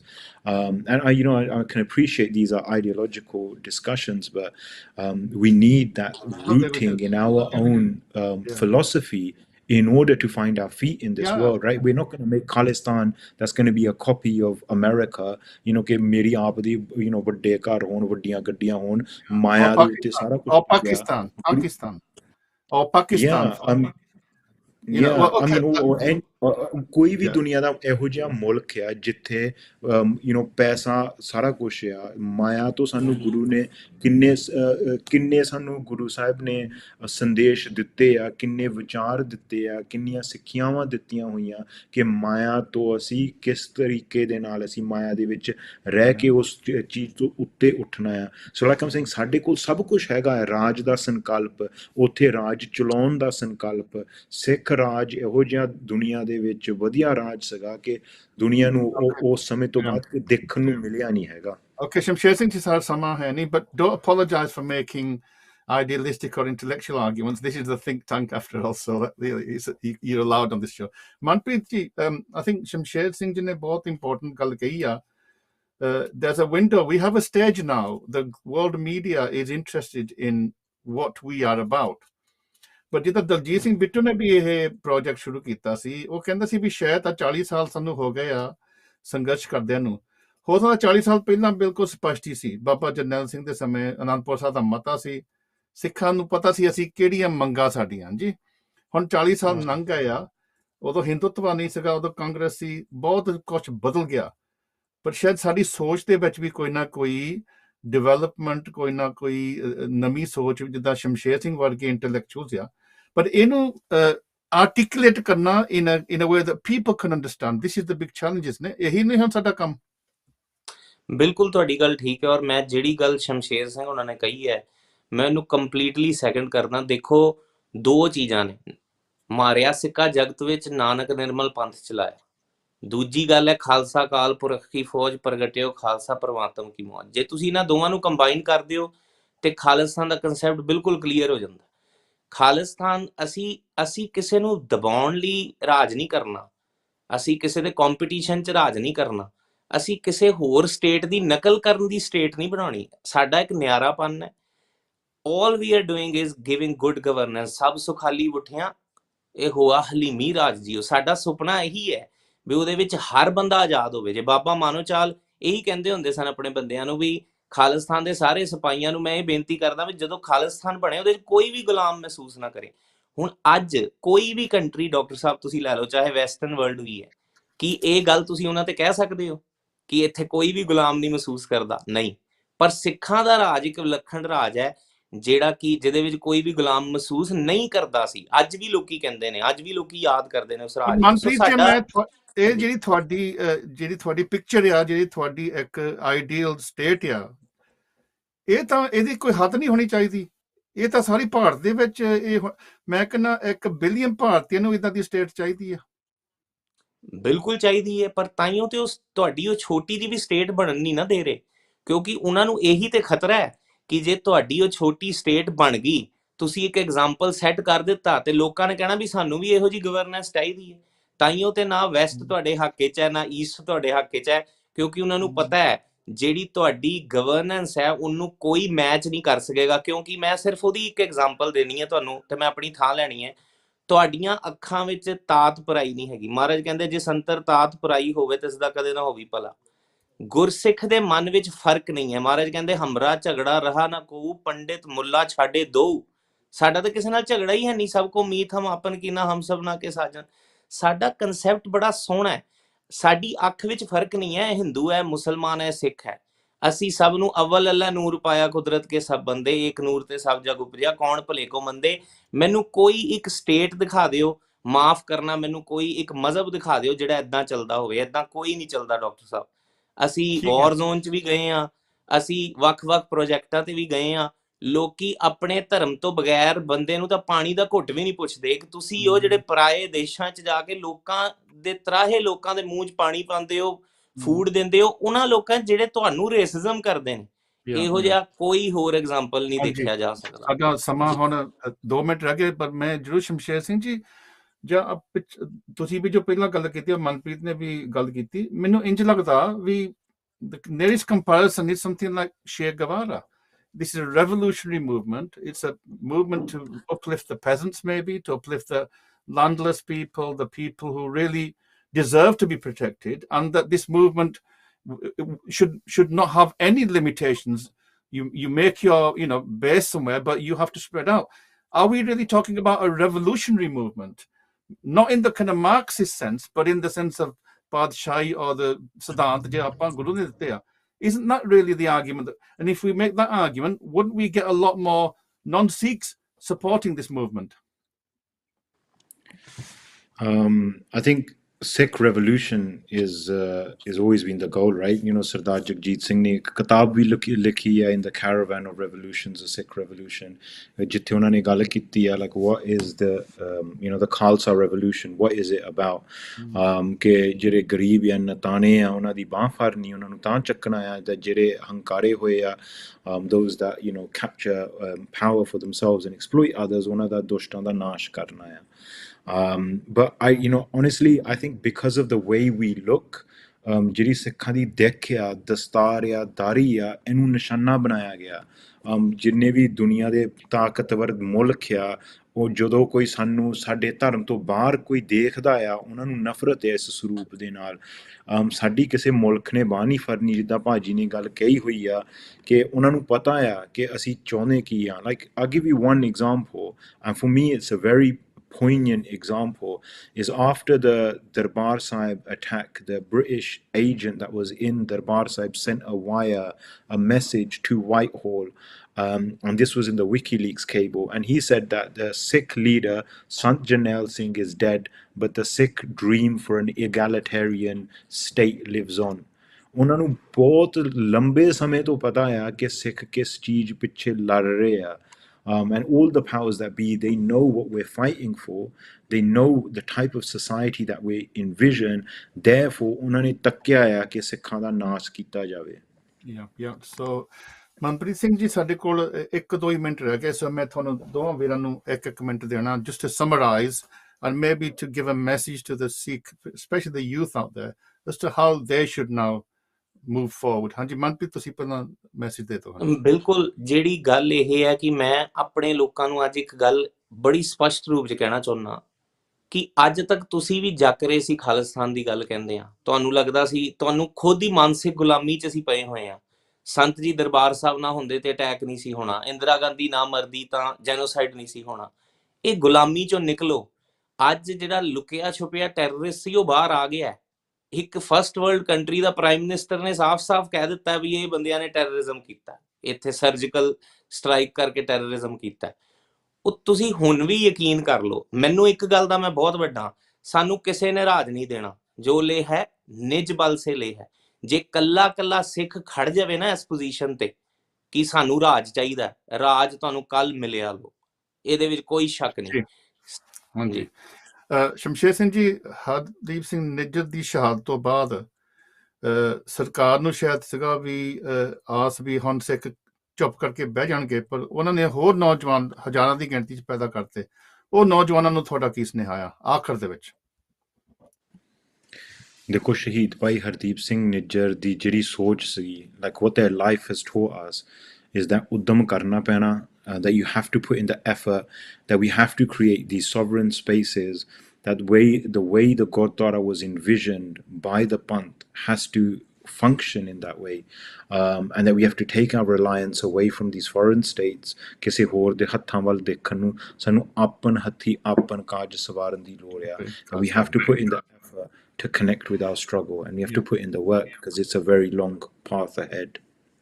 Thank you very much. ਹਾਂਜੀ ਮਨਪ੍ਰੀਤ ਸਿੰਘ, ਤੁਹਾਡਾ ਧੰਨਵਾਦ ਆ। ਸ਼ਮਸ਼ੇਰ ਸਿੰਘ ਦਾ ਵੀ ਧੰਨਵਾਦ ਆ। ਭਾਰਤੀ ਸਰਕਾਰ ਦਾ ਵੀ ਧੰਨਵਾਦ, ਬੇਸ਼ੱਕ ਉਹ ਆਏ ਵੀ ਹੈ ਨਹੀਂ, ਸ਼ਾਇਦ ਸੁਣਦੇ ਹੋਣਗੇ। ਸੋ ਅਸੀਂ ਉਹਨਾਂ ਨੂੰ ਸੱਦਾ ਦਿੰਦੇ ਵੀ ਤੁਸੀਂ ਵੀ ਸਾਡੇ ਨਾਲ ਬੈਠੋ ਤਾਂ ਤੁਸੀਂ ਆਪਣਾ ਪੱਖ ਰੱਖੋ, ਸਾਨੂੰ ਕੋਈ ਡਰ ਨਹੀਂ ਇਸ ਗੱਲ ਦਾ। ਤੇ ਮੈਂ ਵੀ ਇੱਕ ਸੁਨੇਹਾ ਜ਼ਰੂਰ ਦਊਂਗਾ ਫਰਮ BBC। ਸਿੱਖਾਂ ਦਾ ਸੰਘਰਸ਼ ਜਿਹੜਾ ਹੈਗਾ, ਇਹਦੇ ਲਈ ਤੁਸੀਂ ਬੰਦਾ ਸਿੰਘ ਬਹਾਦਰ ਦੇ ਟਾਈਮ ਤੋਂ ਬਹੁਤ ਇੱਕ ਪ੍ਰੈਕਟੀਕਲ ਮਾਡਰਨ, ਰਿਲੇਟਿਵਲੀ ਮਾਡਰਨ ਡੇ ਐਗਜ਼ਾਮਪਲ ਦੇਖ ਸਕਦੇ ਹਾਂ ਵੀ ਬੰਦਾ ਸਿੰਘ ਬਹਾਦਰ ਨੇ ਕਿੱਦਾਂ ਪੈਜ਼ੈਂਟਸ ਨੂੰ ਅਪਰਾਈਜ਼ ਕੀਤਾ ਸੀ। ਪੈਜ਼ੈਂਟ ਜਿਹਨਾਂ ਕੋਲ ਕੋਈ ਜ਼ਮੀਨ ਹੈ ਨਹੀਂ ਸੀ, ਕੋਈ ਹੱਕ ਹੈ ਨਹੀਂ ਸੀਗੇ, ਉਹਨਾਂ ਨੂੰ ਬਾਦਸ਼ਾਹ ਬਣਾਤਾ ਸੀਗਾ। ਸੋ ਮੇਰਾ ਖਿਆਲ ਹੈ ਜੀ ਅਸੀਂ ਇਹ ਹਿਸਟਰੀ ਨੂੰ ਸਮਝੀਏ ਤੇ ਸਾਨੂੰ ਸ਼ਰਮ ਨਹੀਂ ਹੋਣੀ ਚਾਹੀਦੀ ਦੁਨੀਆ ਨੂੰ ਦੱਸਣ ਲਈ ਵੀ ਇਹ ਸਾਡਾ ਜਿਹੜਾ ਸੰਘਰਸ਼ ਆ ਇੱਕ ਜਾਇਜ਼ ਆ। In fact our struggle is the struggle for the whole of humanity. It's just that not everybody stands up and be counted. Sikhs have done that. The day we were born to now, Sikh ਦੁਨੀਆ ਵਿੱਚ ਹਮੇਸ਼ਾ ਹੀ ਬੇਇਨਸਾਫੀ ਦੇ ਖਿਲਾਫ ਲੜਦੇ ਤਾਂ ਲੜਦੇ ਰਹੋਗੇ, ਕਿਉਂਕਿ ਸਾਡਾ ਧਰਮ ਹੀ ਇਹ ਹੈ। ਸੋ ਦੋਵਾਂ ਵੀਰਾਂ ਦਾ ਧੰਨਵਾਦ, ਦਰਸ਼ਕਾਂ ਦਾ ਧੰਨਵਾਦ ਆ, ਚੈਨਲ ਦਾ ਧੰਨਵਾਦ। ਫਿਰ ਆਪਾਂ ਫਿਰ ਜੁੜੋਗੇ ਜੇ ਕੋਈ ਐਸੀ ਗੱਲ ਕਹੀ ਹੋਵੇ ਜਿਸ ਤੋਂ ਸਿੱਖੀ ਦੇ ਖਿਲਾਫ ਕਿਸੇ ਨੂੰ ਦੁਖੀ ਹੋਏ ਤਾਂ ਅਸੀਂ ਮਾਫੀ ਮੰਗਦੇ ਹਾਂ। ਫਤਿਹ ਬੁਲਾਓ। ਵਾਹਿਗੁਰੂ ਜੀ ਕਾ ਖਾਲਸਾ, ਵਾਹਿਗੁਰੂ ਜੀ